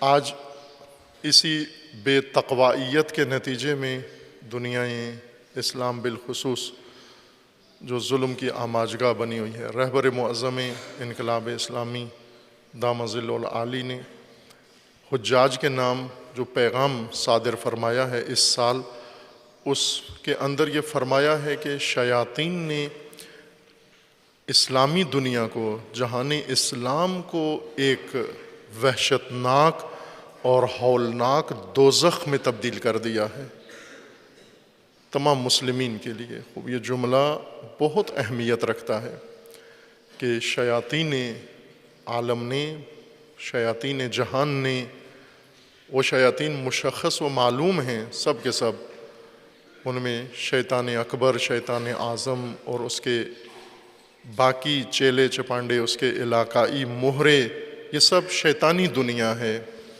غربی دنیا کے اندر جو شیاطین ہیں، عربی دنیا کے اندر جو شیاطین ہیں اور دیگر دنیا کے اندر جو شیاطین ہیں، ان سب نے مل کر مسلمین کے لیے اسلامی سرزمینوں کو ایک وحشتناک جہنم بنا دیا ہے، جس میں قتل و غارت ہے، جس میں ظلم ہے، جس میں تشدد ہے۔ خود مسلمانوں کی سرزمینیں، ان کے گھر ناامن ہیں ان کی زندگیوں کے لیے۔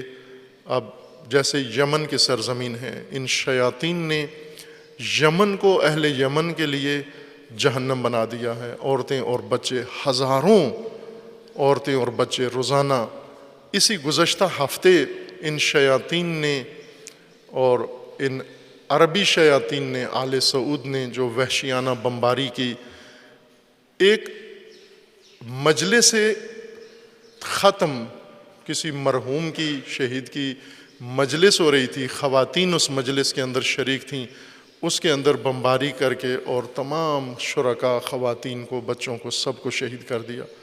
اور دنیا میں کسی نے، نہ کسی نیوز ایجنسی نے یہ نشر کیا، نہ اقوام متحدہ کی منافقت نے انہیں کچھ کہنے کی اجازت دی، نہ حقوق بشر کے، اور نہ مسلمین و نہ مومنین، وہ کسی نے بھی لب تک نہیں کھولے۔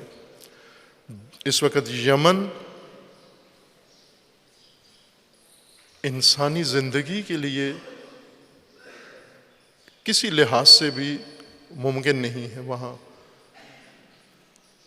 روزانہ 60 جنگی جہازوں سے 100 مرتبہ بمباری ہوتی ہے۔ بمباری شدہ جگہ کے اوپر بمباری ہوتی ہے تاکہ اگر کوئی ملبہ ہٹانے آئے ہیں، لاشیں اٹھانے آئے ہیں تو ان پر بھی بمباری ہو۔ اسکولوں پر بمباری ہوئی، اسپتالوں پر بمباری ہوئی، گھروں کے اندر، ہر جگہ پر ظلم کی انتہا ہے یمن کے اندر۔ اور ادھر سے مجرمانہ سکوت اسلامی دنیا میں اور غیر اسلامی دنیا میں یہ جاری ہے۔ اور اسی طرح جن سرزمینوں پہ ظلم کی انتہا ہے، فلسطین ہے، کہ یہ شیطان کا چیلا اور شیطان کا نطفہ حرام اسرائیل، یہ صہیونی جرثومہ انتہا کی ہے انہوں نے انہی ایام میں، چونکہ دنیا کو اور حوادث میں مصروف رکھا، یورپ میں کسی جگہ پر اپنے ہی پالے ہوئے درندوں سے کسی جگہ بس چڑھا دی، پھر مہینہ 2 مہینے میڈیا کے اوپر اسی فرانس کو لے کے بیٹھے رہتے ہیں، اسی دوسرے ملک کے اندر ہونے والے حادثے کو لے کر، اور اس دوران فلسطین میں کیا ہو رہا ہے، اسرائیل کیا کر رہا ہے، اسے بھول جاتے ہیں، اسے دنیا تک پہنچنے ہی نہیں دیتے، پہنچ بھی جائے تو کچھ کرتے نہیں ہیں، کسی کو اب فلسطین کے لیے ہمدردی نہیں ہوتی، فلسطین کا نام تک نہیں لیتے۔ ابھی حج کے ایام میں آپ توجہ کریں، 2 ملین کے قریب مسلمان حج میں بیت اللہ میں اکٹھے ہیں، یہ ہر چیز خرید سکتے ہیں، بیچ سکتے ہیں، ہر کام کر سکتے ہیں، فلسطین کے حق میں آواز نہیں اٹھا سکتے۔ یہی حال اس خطے کے اندر، بر صغیر کے اندر ہو رہا ہے، اور برما میں روہنگیا مسلمین جو مظلوم ترین ہیں اس گزشتہ چند سالوں سے، روئے زمین کے مظلوم ترین انسانوں میں سے ہیں، جنہیں اپنے گھروں کے اندر زندہ جلایا گیا، ہر ممکنہ جنایت ان کے اوپر روا رکھی گئی، اور کسی نے بھی انہیں قبول کرنے کے لیے، انہیں سہارا دینے کے لیے، انہیں بچانے کے لیے عالمی ادارے، دوسرے کسی نے آواز تک، بلکہ آگاہی ہی نہیں ہے۔ اکثر اپنے ہم وطن کو بھی پوچھیں گے روہنگیا کون ہے، برما کہاں ہے اور کیا ماجرا ہے، کسی کو کوئی خبر نہیں ہے۔ یہ اپنے حال میں مست ہیں، نام نہاد مذہبی لیڈر بھی پیشوا جو قوموں کو دھوکہ دینے کے لیے ہر مداری پن اختیار کرتے ہیں، لیکن جو زخم ہیں، درد ہیں امت اسلامیہ کے، ان کا ذکر نہیں کرتے، چونکہ بعضوں کو پسند نہیں ہے شیطانوں کو، اور ان کے لیے ان کی خوشنودی ضروری ہوتی ہے۔ یہ ظلم ہے۔ بحرین کے اندر اسی طرح ان مظلوموں کو صرف شیعہ ہونے کے گناہ میں، جرم میں، انہیں اپنے ملک کے اندر تمام حقوق سے محروم کیا ہوا ہے، ان کی شہریتیں معطل کر رہے ہیں، انہیں سزائے موت دے رہے ہیں، انہیں ملک سے نکال رہے ہیں، بے وطن کر رہے ہیں، اپنے ملک سے لا تعلق کر کے باقی دنیا میں بھیجنے کے لیے، یا اگر وہ جانے کے لیے تیار نہ ہوں تو انہیں جیلوں میں تشدد کر رہے ہیں، اور ان کے علاقوں کا، گھروں کا محاصرہ کر کے ان کے گھر اور ان کے علاقے غیر ملکیوں کو دے رہے ہیں۔ ایک بڑی جمعیت پاکستان کی بحرین میں اس وقت جو وہاں کے شیعوں کے گھر بار پہ قبضہ کیے ہوئے ہیں اور کر رہے ہیں، حکومتی اداروں کے اندر ہیں، کچھ وہاں کی فوج میں ہیں، کچھ وہاں کی پولیس میں ہیں، اور یہاں سے ان کو مدد ملتی ہے۔ بحرین کے اس منحوس خاندان کو پاکستان سے خصوصی مدد ملتی ہے ان کو، اور انتہا ہے ظلم کی بحرین کے اندر۔ اس کے علاوہ جو ظلم اس وقت اوج کے اوپر اور گزشتہ چند ہفتوں سے انتہا تک پہنچا ہوا ہے، وہ حجاز میں، سعودی عرب میں شیعہ جو قطیف کے علاقے میں العوامیہ قدیمی شہر ہے، 400 سالہ پرانا شہر جو یادگار ہے، اور اقوام متحدہ کے اس ورثۂ قدیمہ، آثار قدیمہ کا ایک حصہ ہے یہ شہر، اور رجسٹرڈ ہے وہاں پر، اسے انہوں نے ملیا میٹ کر دیا بلڈوزروں سے۔ اس کے اندر اگر انسان تھے تو گھروں کو ان کے اوپر ہی گرا دیا ہے، دفن کر دیا ہے ان کو۔ کچھ جان بچا کے جو خیموں میں، اس گرمی میں، شدید میں خیموں میں باہر آئے، ان کے اوپر بمباری کی، ان کے اوپر وحشیانہ تشدد کیا، اور العوامیہ لوگوں کی نظروں کے سامنے، انہی شیاطین شرق و غرب کے سامنے، انہی پڑوسیوں ہمسایوں کے سامنے العوامیہ صفحہ ہستی سے محو کر دیا۔ اب صرف کھنڈرات رہ گئے ہیں العوامیہ شہر کے، جو ایک بڑا شہر اور تاریخی شہر، گڑھ تھا تشیع کا سعودی عرب کے اندر۔ سعودی عرب تو بعد میں نام پڑا اس کا، 1932 میں یہ سعودی عرب ہوا۔ پہلے یہ ایک اسلامی سرزمین تھی، مختلف حصوں کے مختلف اس کے نام تھے، نجد تھا اور حجاز تھا، اور یہ سرزمین تھی، لیکن آج اس منحوس خاندان کے قبضے کی وجہ سے وہاں یہ تشدد و وحشیانہ عمل ہو رہا ہے۔ جن ملکوں میں جہنم جنگ برپا کی ہوئی ہے انہوں نے تکفیری لشکر بنا کر، جیسے شام ہے اور عراق ہے، ان کو اس جنگ کی آگ میں راکھ بنانے کی کوشش کی انہوں نے. جس طرح لیبیا کو راکھ بنا دیا، راکھ کا ڈھیر بنا دیا. لیبیا ایک ملک تھا، اپنے انداز سے چل رہا تھا، اور جیسا بھی تھا باہر کے وہاں کے لوگ ایک معمول کی زندگی گزار رہے تھے، لیکن اس وقت وہ راکھ کا ڈھیر ہے اور تباہی ہے اس کے اندر، وحشتناک منظر ہے. وزیر اعظم اغوا ہو جاتا ہے وہاں پر. آپ اسی سے لیبیا کی صورتحال کا، امنیت کا اور سیاست کا اندازہ لگا لیں کہ ملک کے وزیر اعظم کو گینگسٹر نے اغوا کر لیا ہے. وہ ناامن ہے اس حد تک. اور یہی حال بعض دیگر خطوں کا ہے. اسی برصغیر کے علاقے میں جو ایک گزشتہ سال بھر کہہ لیں آپ، گزشتہ سال یا سال سے کچھ کم عرصے میں کشمیر کے اندر ظلم کی انتہا ہوئی ہے، فراوان ظلم ہوئے. واقعاً یہ رہبر معظم کا جو جملہ ہے کہ شیاطین نے مسلمانوں کے لیے اسلامی سرزمینیں دوزخ میں تبدیل کر دی ہیں. کہیں جنگ، قتل و غارت، تکفیری لشکر، دہشت گرد، کہیں حکومتی تشدد، ریاستی تشدد، ہر بہانے سے کہیں صہیونی وحشتناک درندے مسلمانوں کے اوپر چھوڑ کر، اور پورا عالم اسلام اس ناامنی کا شکار کر دیا گیا. کشمیر میں خوفناک تشدد ہوا ہے گزشتہ ایام کے اندر، جس کا ذکر نہیں چھڑا، چونکہ پاکستان ہے تنہا ملک جو کشمیر کا نام لیتا ہے، اور پاکستان کے اندر چونکہ ناپائیداری ہے، اندرونی ناپائیداری کی آڑ میں سب کچھ چھپ گیا ہے. اب پاکستانیوں کے ہاں جو ڈرامہ رچایا گیا پاناما لیکس کا، اس کے پیچھے بہت کچھ ہوا، اور وہ پاکستانیوں کی نگاہوں میں ہی نہیں آیا. اگر آ بھی جاتا تو کیا ہونا تھا، پاکستانیوں میں کیا احساس پیدا ہونا تھا؟ چونکہ گزشتہ واقعات گواہی دیتے ہیں کہ کوئی خاص تاثیر بھی نہیں ہوتی اگر پتہ چل بھی جائے. لیکن یہ سب کچھ لا علمی میں، بے خبری میں ہوا، اور پتہ بھی نہیں ہے لوگوں کو کہ کشمیر کے اندر کیا ظلم و جنایت ہو رہا ہے. بالعموم ہندوستان میں مسلمانوں کے لیے ہندوستان کی سرزمین تنگ کی جا رہی ہے. موجودہ ہندوستانی حکومت جو متعصب حکومت ہے اور صہیونسٹ نواز حکومت ہے، امریکہ نواز حکومت ہے، مسلمان دشمن حکومت ہے، اور اس نے جو اپنی سیاسی اسٹریٹجی بنائی ہے وہ مسلم کشی اور مختلف ہیلے بہانوں اور واہیات قسم کے دلیلوں سے اب وہ مسلمانوں کے لیے وہ سرزمین تنگ کر رہے ہیں. گلی گلی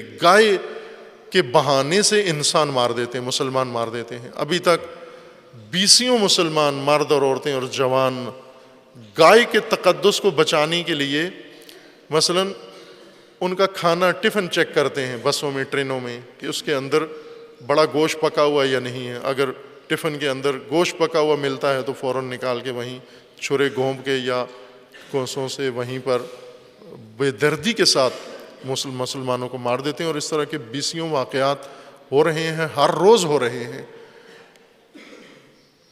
اور جو ان کے تشدد ابھارنے والے ہیں ان کو کھلی آزادی و چھٹی دی گئی ہے. یہ ہندوستان کے اندر تشدد کی لہر ہے جو جاری ہے. خوب ایسے میں جو حادثات ہیں، واقعات مشرق وسطیٰ کے، ظاہر ہے وہ سب سے زیادہ اہمیت رکھتے ہیں، گمبھیر ہیں، لیکن الحمدللہ اس دوران وہ نہیں ہوا جو شیاطین چاہتے تھے، بلکہ ان کی ایما کے برعکس تدبیر خدا غالب آئی، اور یہ دوزخ جو انہوں نے عراق میں مچائی تھی وہ خود ان کے لیے جہنم بن گئی، اور تمام تکفیری اس جہنم میں خود جل گئے ہیں.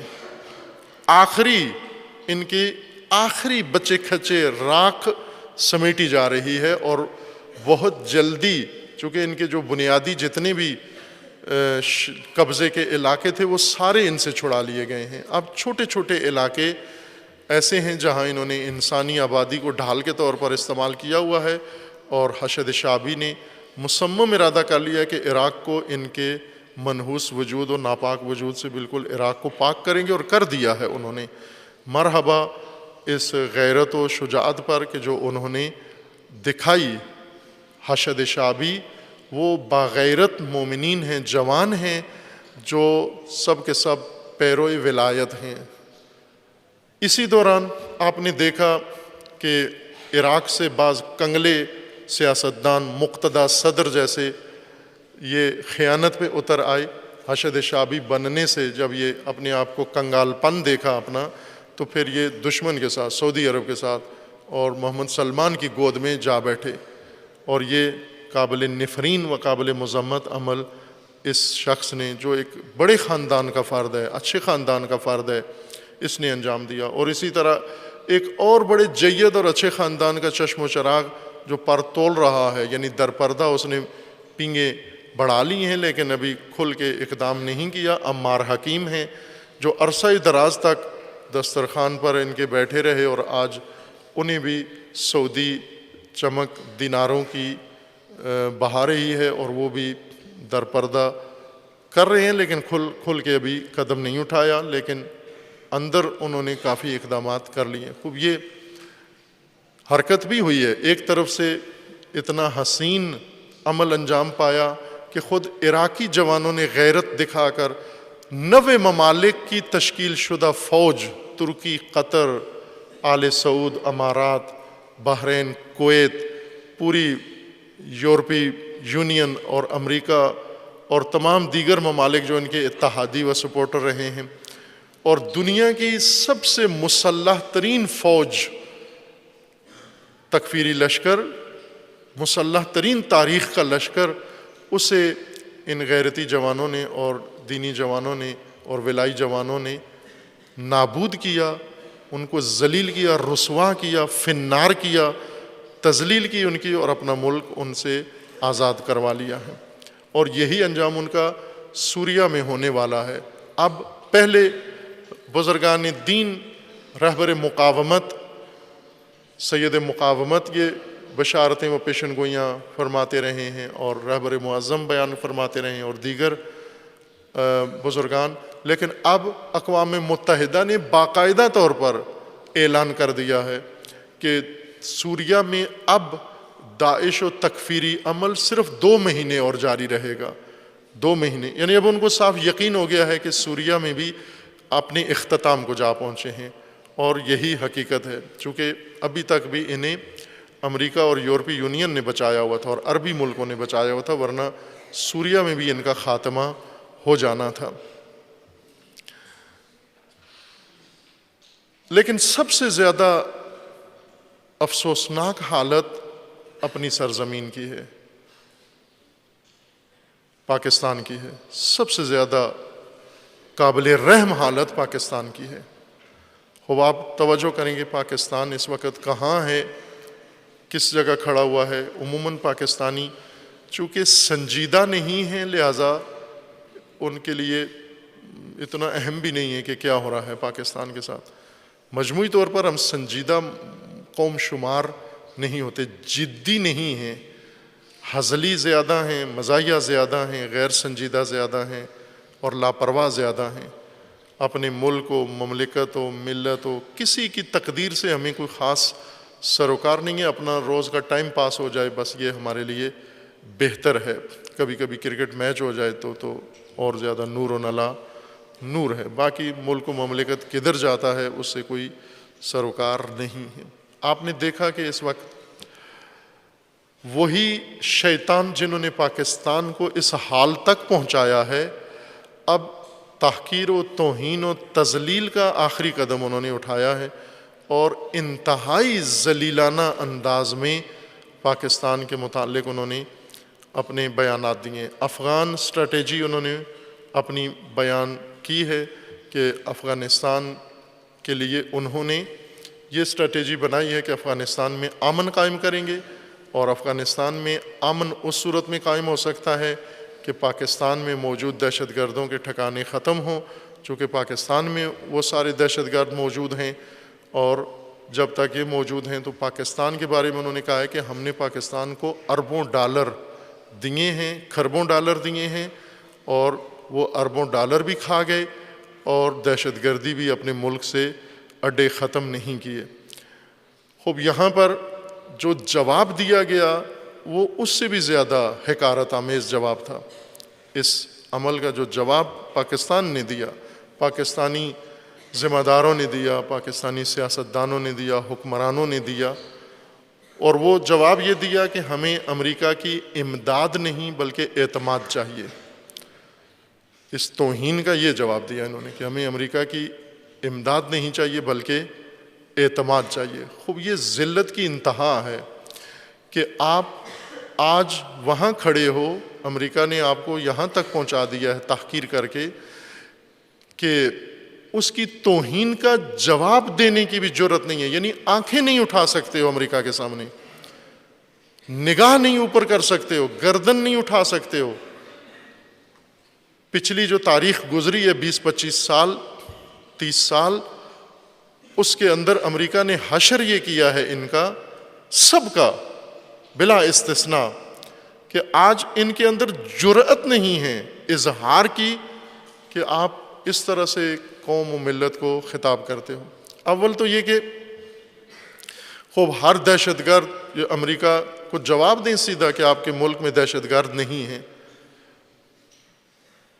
ثابت کریں، اس کے لیے ثبوت دیں اس کو۔ آپ کہتے ہیں ثبوت ہے، ثبوت دیں اس کو تاکہ وہ ذلیل و رسوا ہو۔ کیوں مرتا ہے؟ ملا عمر پاکستان میں مرتا ہے، اسامہ پاکستان میں پکڑا جاتا ہے، وہ ملا عمر کا جانشین بھی پاکستان میں مرتا ہے، جو پکڑا جاتا ہے یہاں سے پکڑا جاتا ہے۔ وہ کیوں پکڑا جاتا ہے یہاں سے؟ کیا کر رہے ہیں یہاں پر یہ لوگ؟ اور یہ جو ٹھکانے وہ کہہ رہے ہیں ان کے اندر موجود ہیں، انہوں نے خود بنا کے دیے ہوئے ہیں، افغانستان میں بھی اور پاکستان میں بھی خریدا ہوا ہے،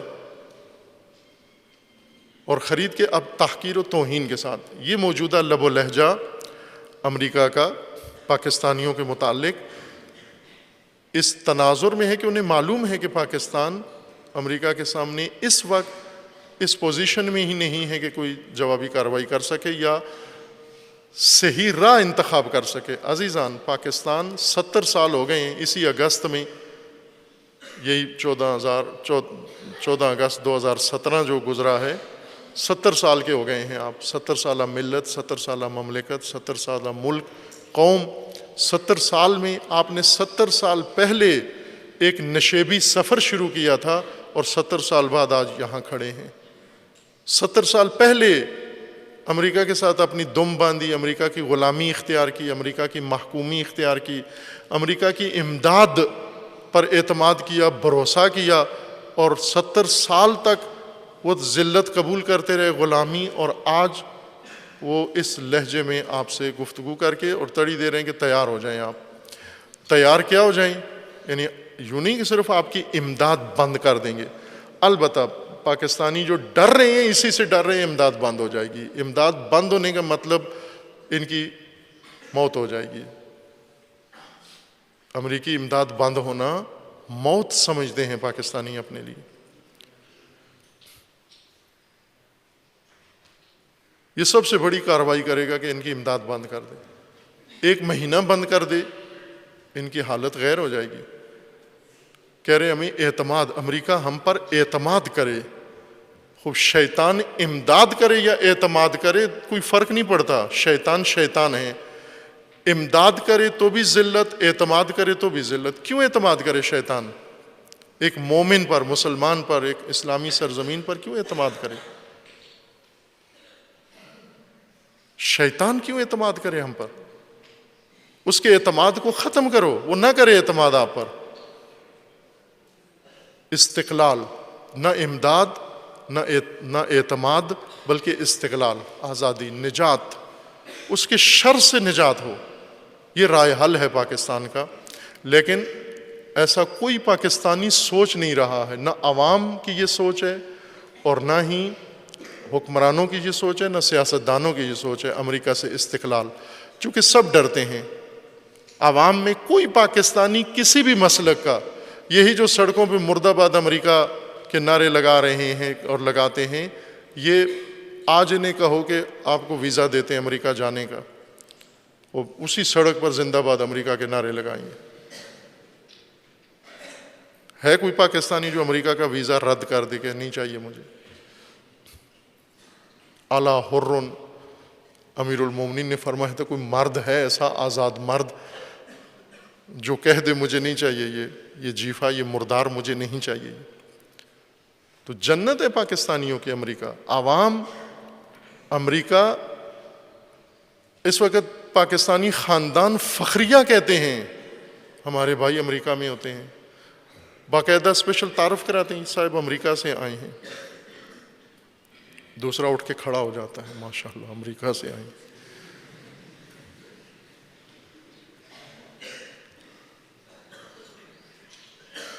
اگر کوئی کہے میں امام زمانہ سے مل کے آیا ہوں تو کہتے ہیں ملے ہوں گے آپ، لیکن امریکہ سے آیا ہے، اچھا ماشاءاللہ امریکہ. آپ گئے کیسے امریکہ؟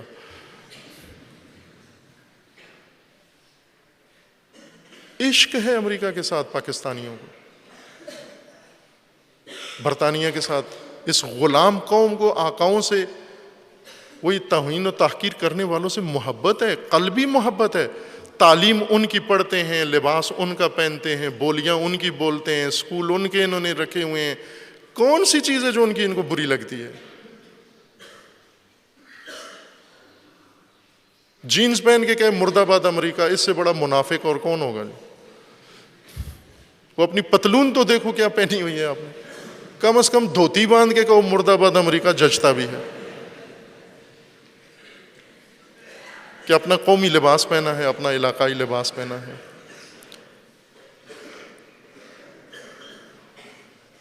کس چیز کو چھوڑ رہے ہیں آپ؟ عزیزان، رائے حل امام خمینی نے بتایا ہے. امتیں، قومیں، یہ کام قومیں کر سکتی ہیں، حکمران نہیں کر سکتے، سیاستدان نہیں کر سکتے. تاریخ میں نہیں کیا انہوں نے. قومیں کر سکتی ہیں جب بیدار ہوں، باشعور ہوں، اور قومیں اپنا راستہ الگ کرے، حکمرانوں سے الگ کریں، سیاستدانوں سے اپنی راہیں جدا کریں. اور پاکستانی قوم کو بہت وقت لگے گا مداریوں سے اپنی زمام چھڑا کے اپنی راہ الگ کرنے میں.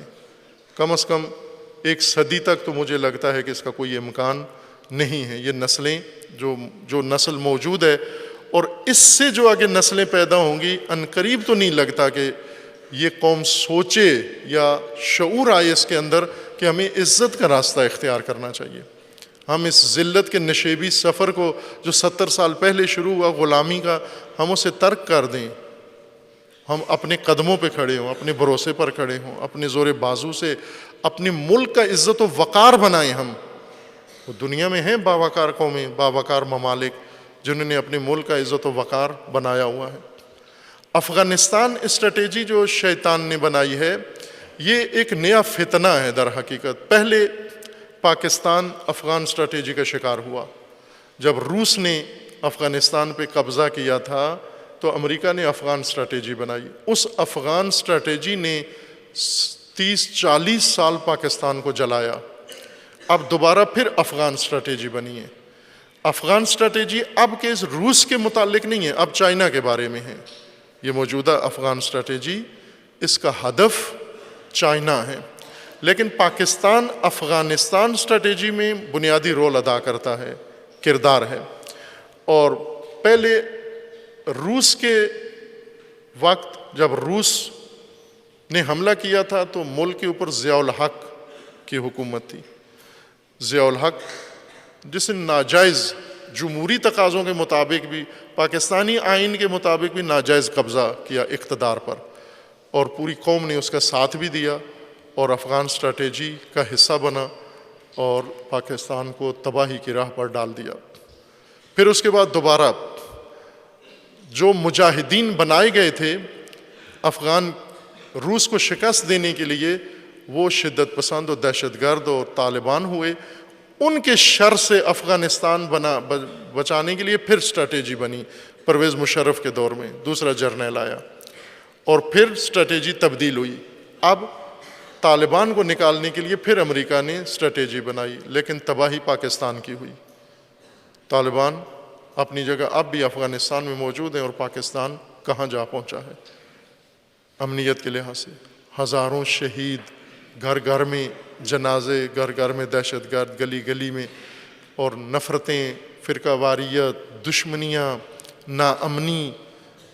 یہ پاکستان کو نصیب ہوا اس اسٹریٹجی کا نتیجہ۔ اب تیسری اسٹریٹجی پھر افغانستان کے لیے بن رہی ہے اور پھر پاکستان لقمہ بن رہا ہے، لیکن اس میں ذرا مختلف کردار ہے، چونکہ پاکستان چائنا بلاک کا حصہ بن چکا ہے، سی پیک کے ذریعے سے چائنا سے پہلے سے زیادہ وابستگی پاکستان کی ہر پہلو سے ہو گئی ہے۔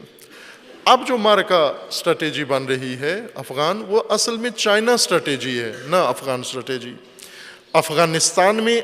افغانستان چونکہ پہلے بھی افغانستان ہدف نہیں ہوتا تھا، پہلے روس ہدف تھا، لیکن افغانستان کو میدان جنگ بنایا گیا روس کو شکست دینے کے لیے۔ اب پاکستان افغانستان پھر میدان جنگ بنے گے چائنا کو شکست دینے کے لیے۔ اب زیادہ خطرناک اسٹریٹجی بن رہی ہے۔ اس کے لیے ایک طرف سے ہندوستان جو اس اسٹریٹجی میں بنیادی کردار ادا کر رہا ہے، چونکہ ہندوستان نے پاکستان کو کھل کے کہا ہے، ساری دنیا کو کہا ہے کہ ہم نے پاکستان کو تنہا کرنا ہے، اور اس میں کافی حد تک کامیابی نظر آتی ہے کہ انہوں نے پاکستان کے لیے جو مشکلات کھڑی کی ہیں، مثلا تمام ہمسائے چائنا کے علاوہ جن کے ساتھ بڑی سرحدیں لگتی ہیں ان سب سے تعلقات کشیدہ ہیں پاکستان کے، اور پاکستان صرف عربی خطرناک ملکوں کے ساتھ اس کے تعلقات ہیں، وہ بھی خطرناک نوعیت کے کہ وہی جس کی وجہ سے بدنام بھی ہو رہے ہیں، اور باقی دنیا کے لیے اعتبار نہیں ہے، قابل اعتبار نہیں ہے، وہ ان کی کسی پالیسی پہ بھروسہ نہیں کرتے۔ ملک کے اندر بھی جو آپ کو حالات نظر آ رہے ہیں یہ اسی کا حصہ ہیں، یہ اسی اسٹریٹجی کا حصہ ہیں۔ یہ ملک کے اندر جو آپ کو ناپائیداری سیاسی نظر آئی ہے کہ وزیر اعظم کا ہٹنا، اور یہ یوں نہ سمجھیں کہ یہ صرف پاناما کیس تھا اور اس میں ہوا ہے، یہ ایک ایسے بیچ میں بہانہ تھا کہ اصل میں پاکستان کے اندر یہ ناپائیداری ضروری تھی۔ پاناما نہ ہوتا تو اور کوئی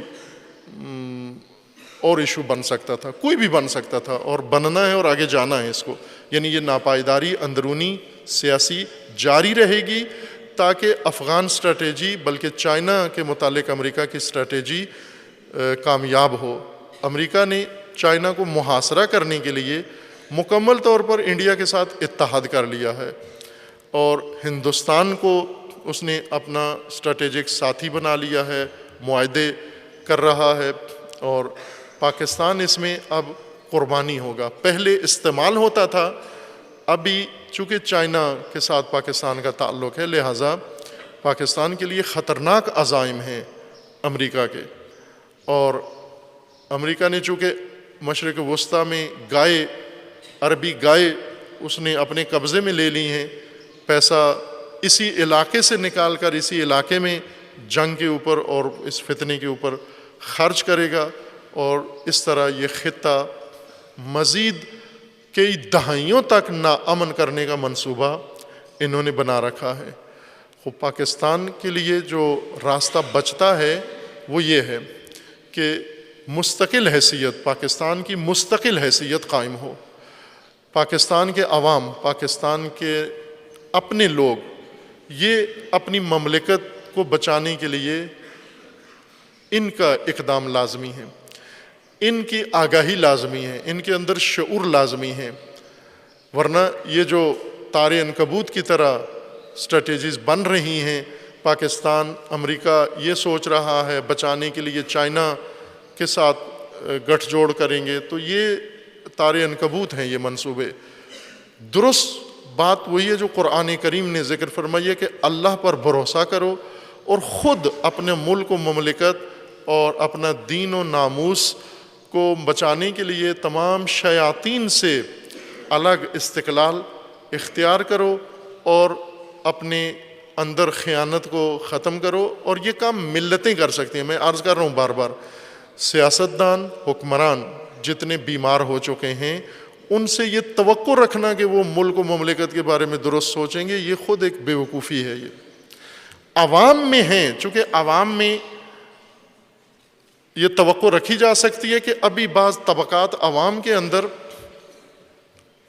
بچے ہوئے ہیں، محفوظ ہیں، یہی جن کو کوئی خبر نہیں ہے ملک میں کیا ہو رہا ہے، دنیا میں کیا ہو رہا ہے، یہی آگاہ ہو جائیں، چونکہ آلودہ نہیں ہے، یہ ابھی آگاہ بھی نہیں ہے، آلودہ بھی نہیں ہے، یہی آگاہ ہو جائیں، یہی اپنی سرزمین اور اپنے وطن کو درپیش خطرات کی طرف متوجہ ہو جائیں، یہ کر سکتے ہیں، یہ سپر بن سکتے ہیں ملک و قوم کے لیے۔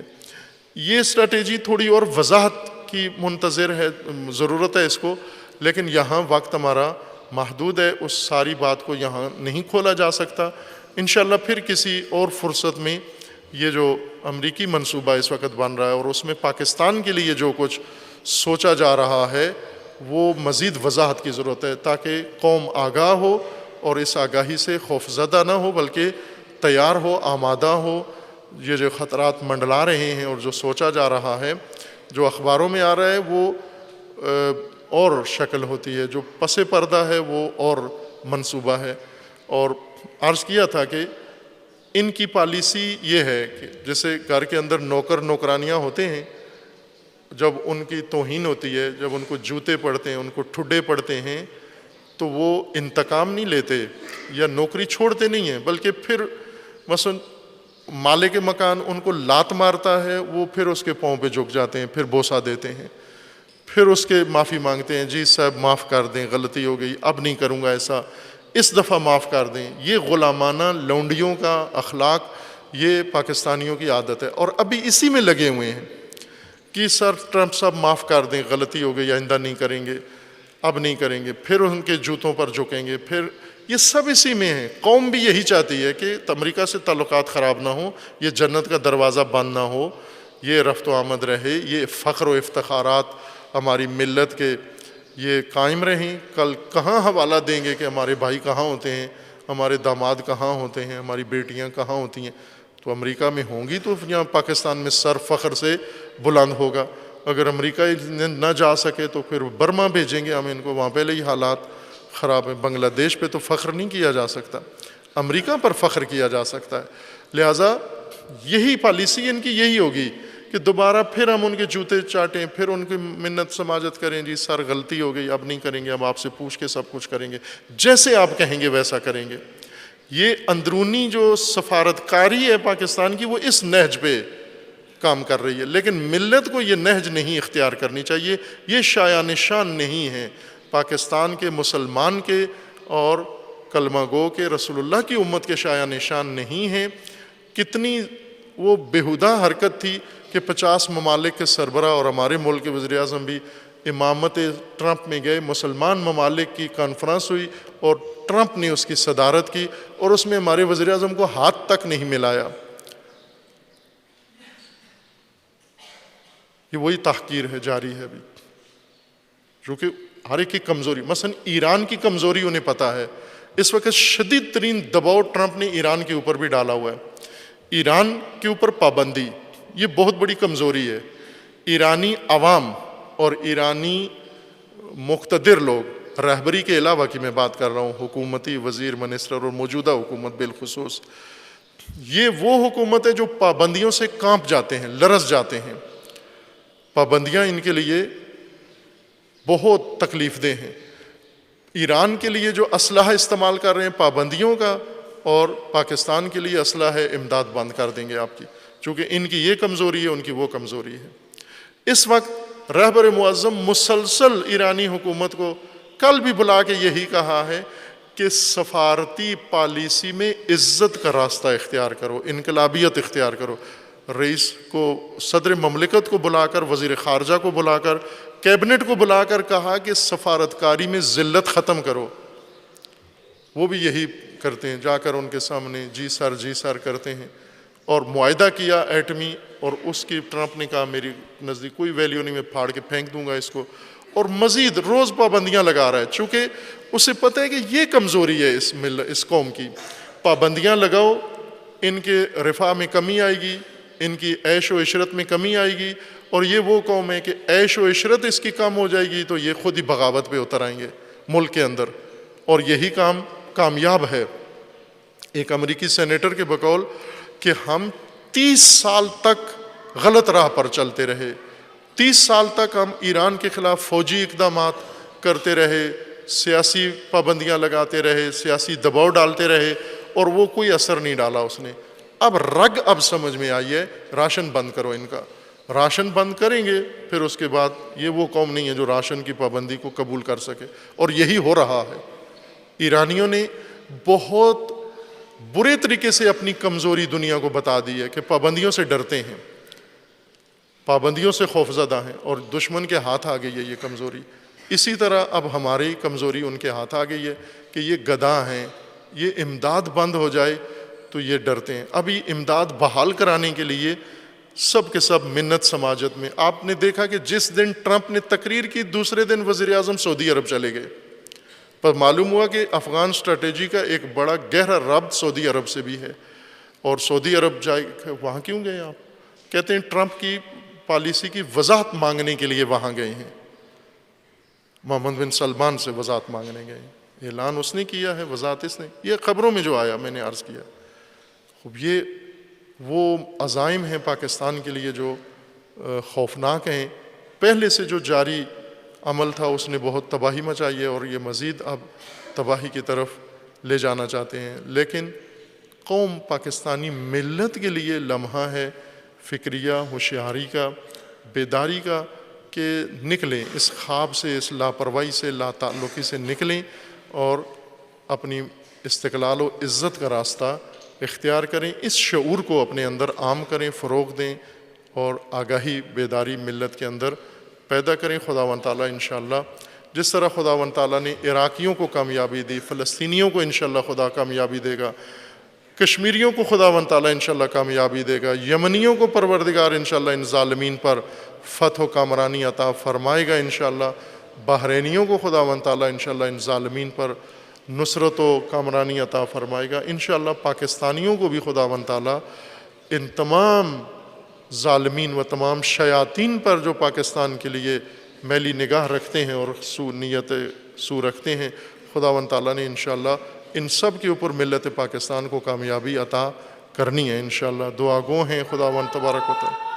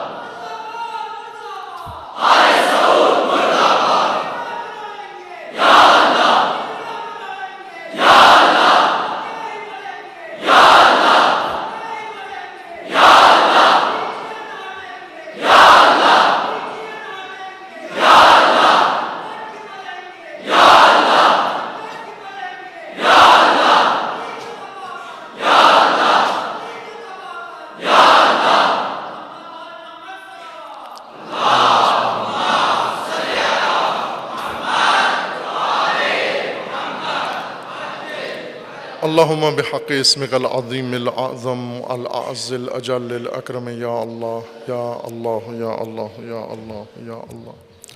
خداوندہ بحق اسماء حسنائے خود, بحق اولیاء, بحق انبیاء, بحق رسول اللہ, بحق اہل البیت, بحق سید الشہداء, پروردگارہ امت اسلامیہ کو ظلم و ستم سے نجات عطا فرما, امت اسلامیہ کو فتنوں سے رہائی عطا فرما, امت اسلامیہ کے اندر بیداری و شعور عطا فرما, امت اسلامیہ میں اتحاد و اتفاق قائم فرما, امت اسلامیہ کو ان اندرونی خیانتکاروں سے نجات عطا فرما, امریکہ اور اسرائیل کے شر سے محفوظ فرما, اور ان ظالم جنایتکار حکومتوں سے مظلوم عوام کو نجات عطا فرما. جو قومیں اپنی بقا کے لیے کوششیں کر رہی ہیں, ملت یمن, فلسطین, کشمیر, جہاں جہاں بھی برسر پیکار ہیں, بحرین, پروردگارہ ان سب کو ان ظالمین سے نجات عطا فرما. خداوندہ فلسطین کو اسرائیل کے شر سے نجات عطا فرما, ملت کشمیر کو کامیابی عطا فرما. پروردگارہ مملکت پاکستان کی حفاظت فرما, اس ملک کو اندرونی بیرونی دشمنوں سے محفوظ فرما، اس ملک کو اندرونی بیرونی خطرات سے محفوظ فرما، اس ملت کے اندر بیداری و شعور عطا فرما، ان کے اندر اتحاد و اتفاق قائم فرما۔ پروردگارہ پیروان امیر المومنین جہاں کہیں بھی ہیں، بالخصوص حجاز میں، یمن میں، بحرین میں، شام میں، لبنان میں، عراق میں، نائجیریا میں، کشمیر میں، افغانستان میں و بالخصوص پاکستان میں، سب کے عزت و مال و جان و ناموس کی حفاظت فرما۔ اپنے ولی حق ولی اللہ العظم اجل اللہ تعالی فرج الشریف کا جلد از جلد ظہور فرما۔ ہمیں حضرت کے اعوان و انصار میں سے ہونے کی توفیق عطا فرما۔ اعوذ باللہ من الشیطان الرجیم، بسم اللہ الرحمن الرحیم۔ قل هو اللہ احد اللہ الصمد لم یلد ولم یولد ولم یکن لہ کفوا احد۔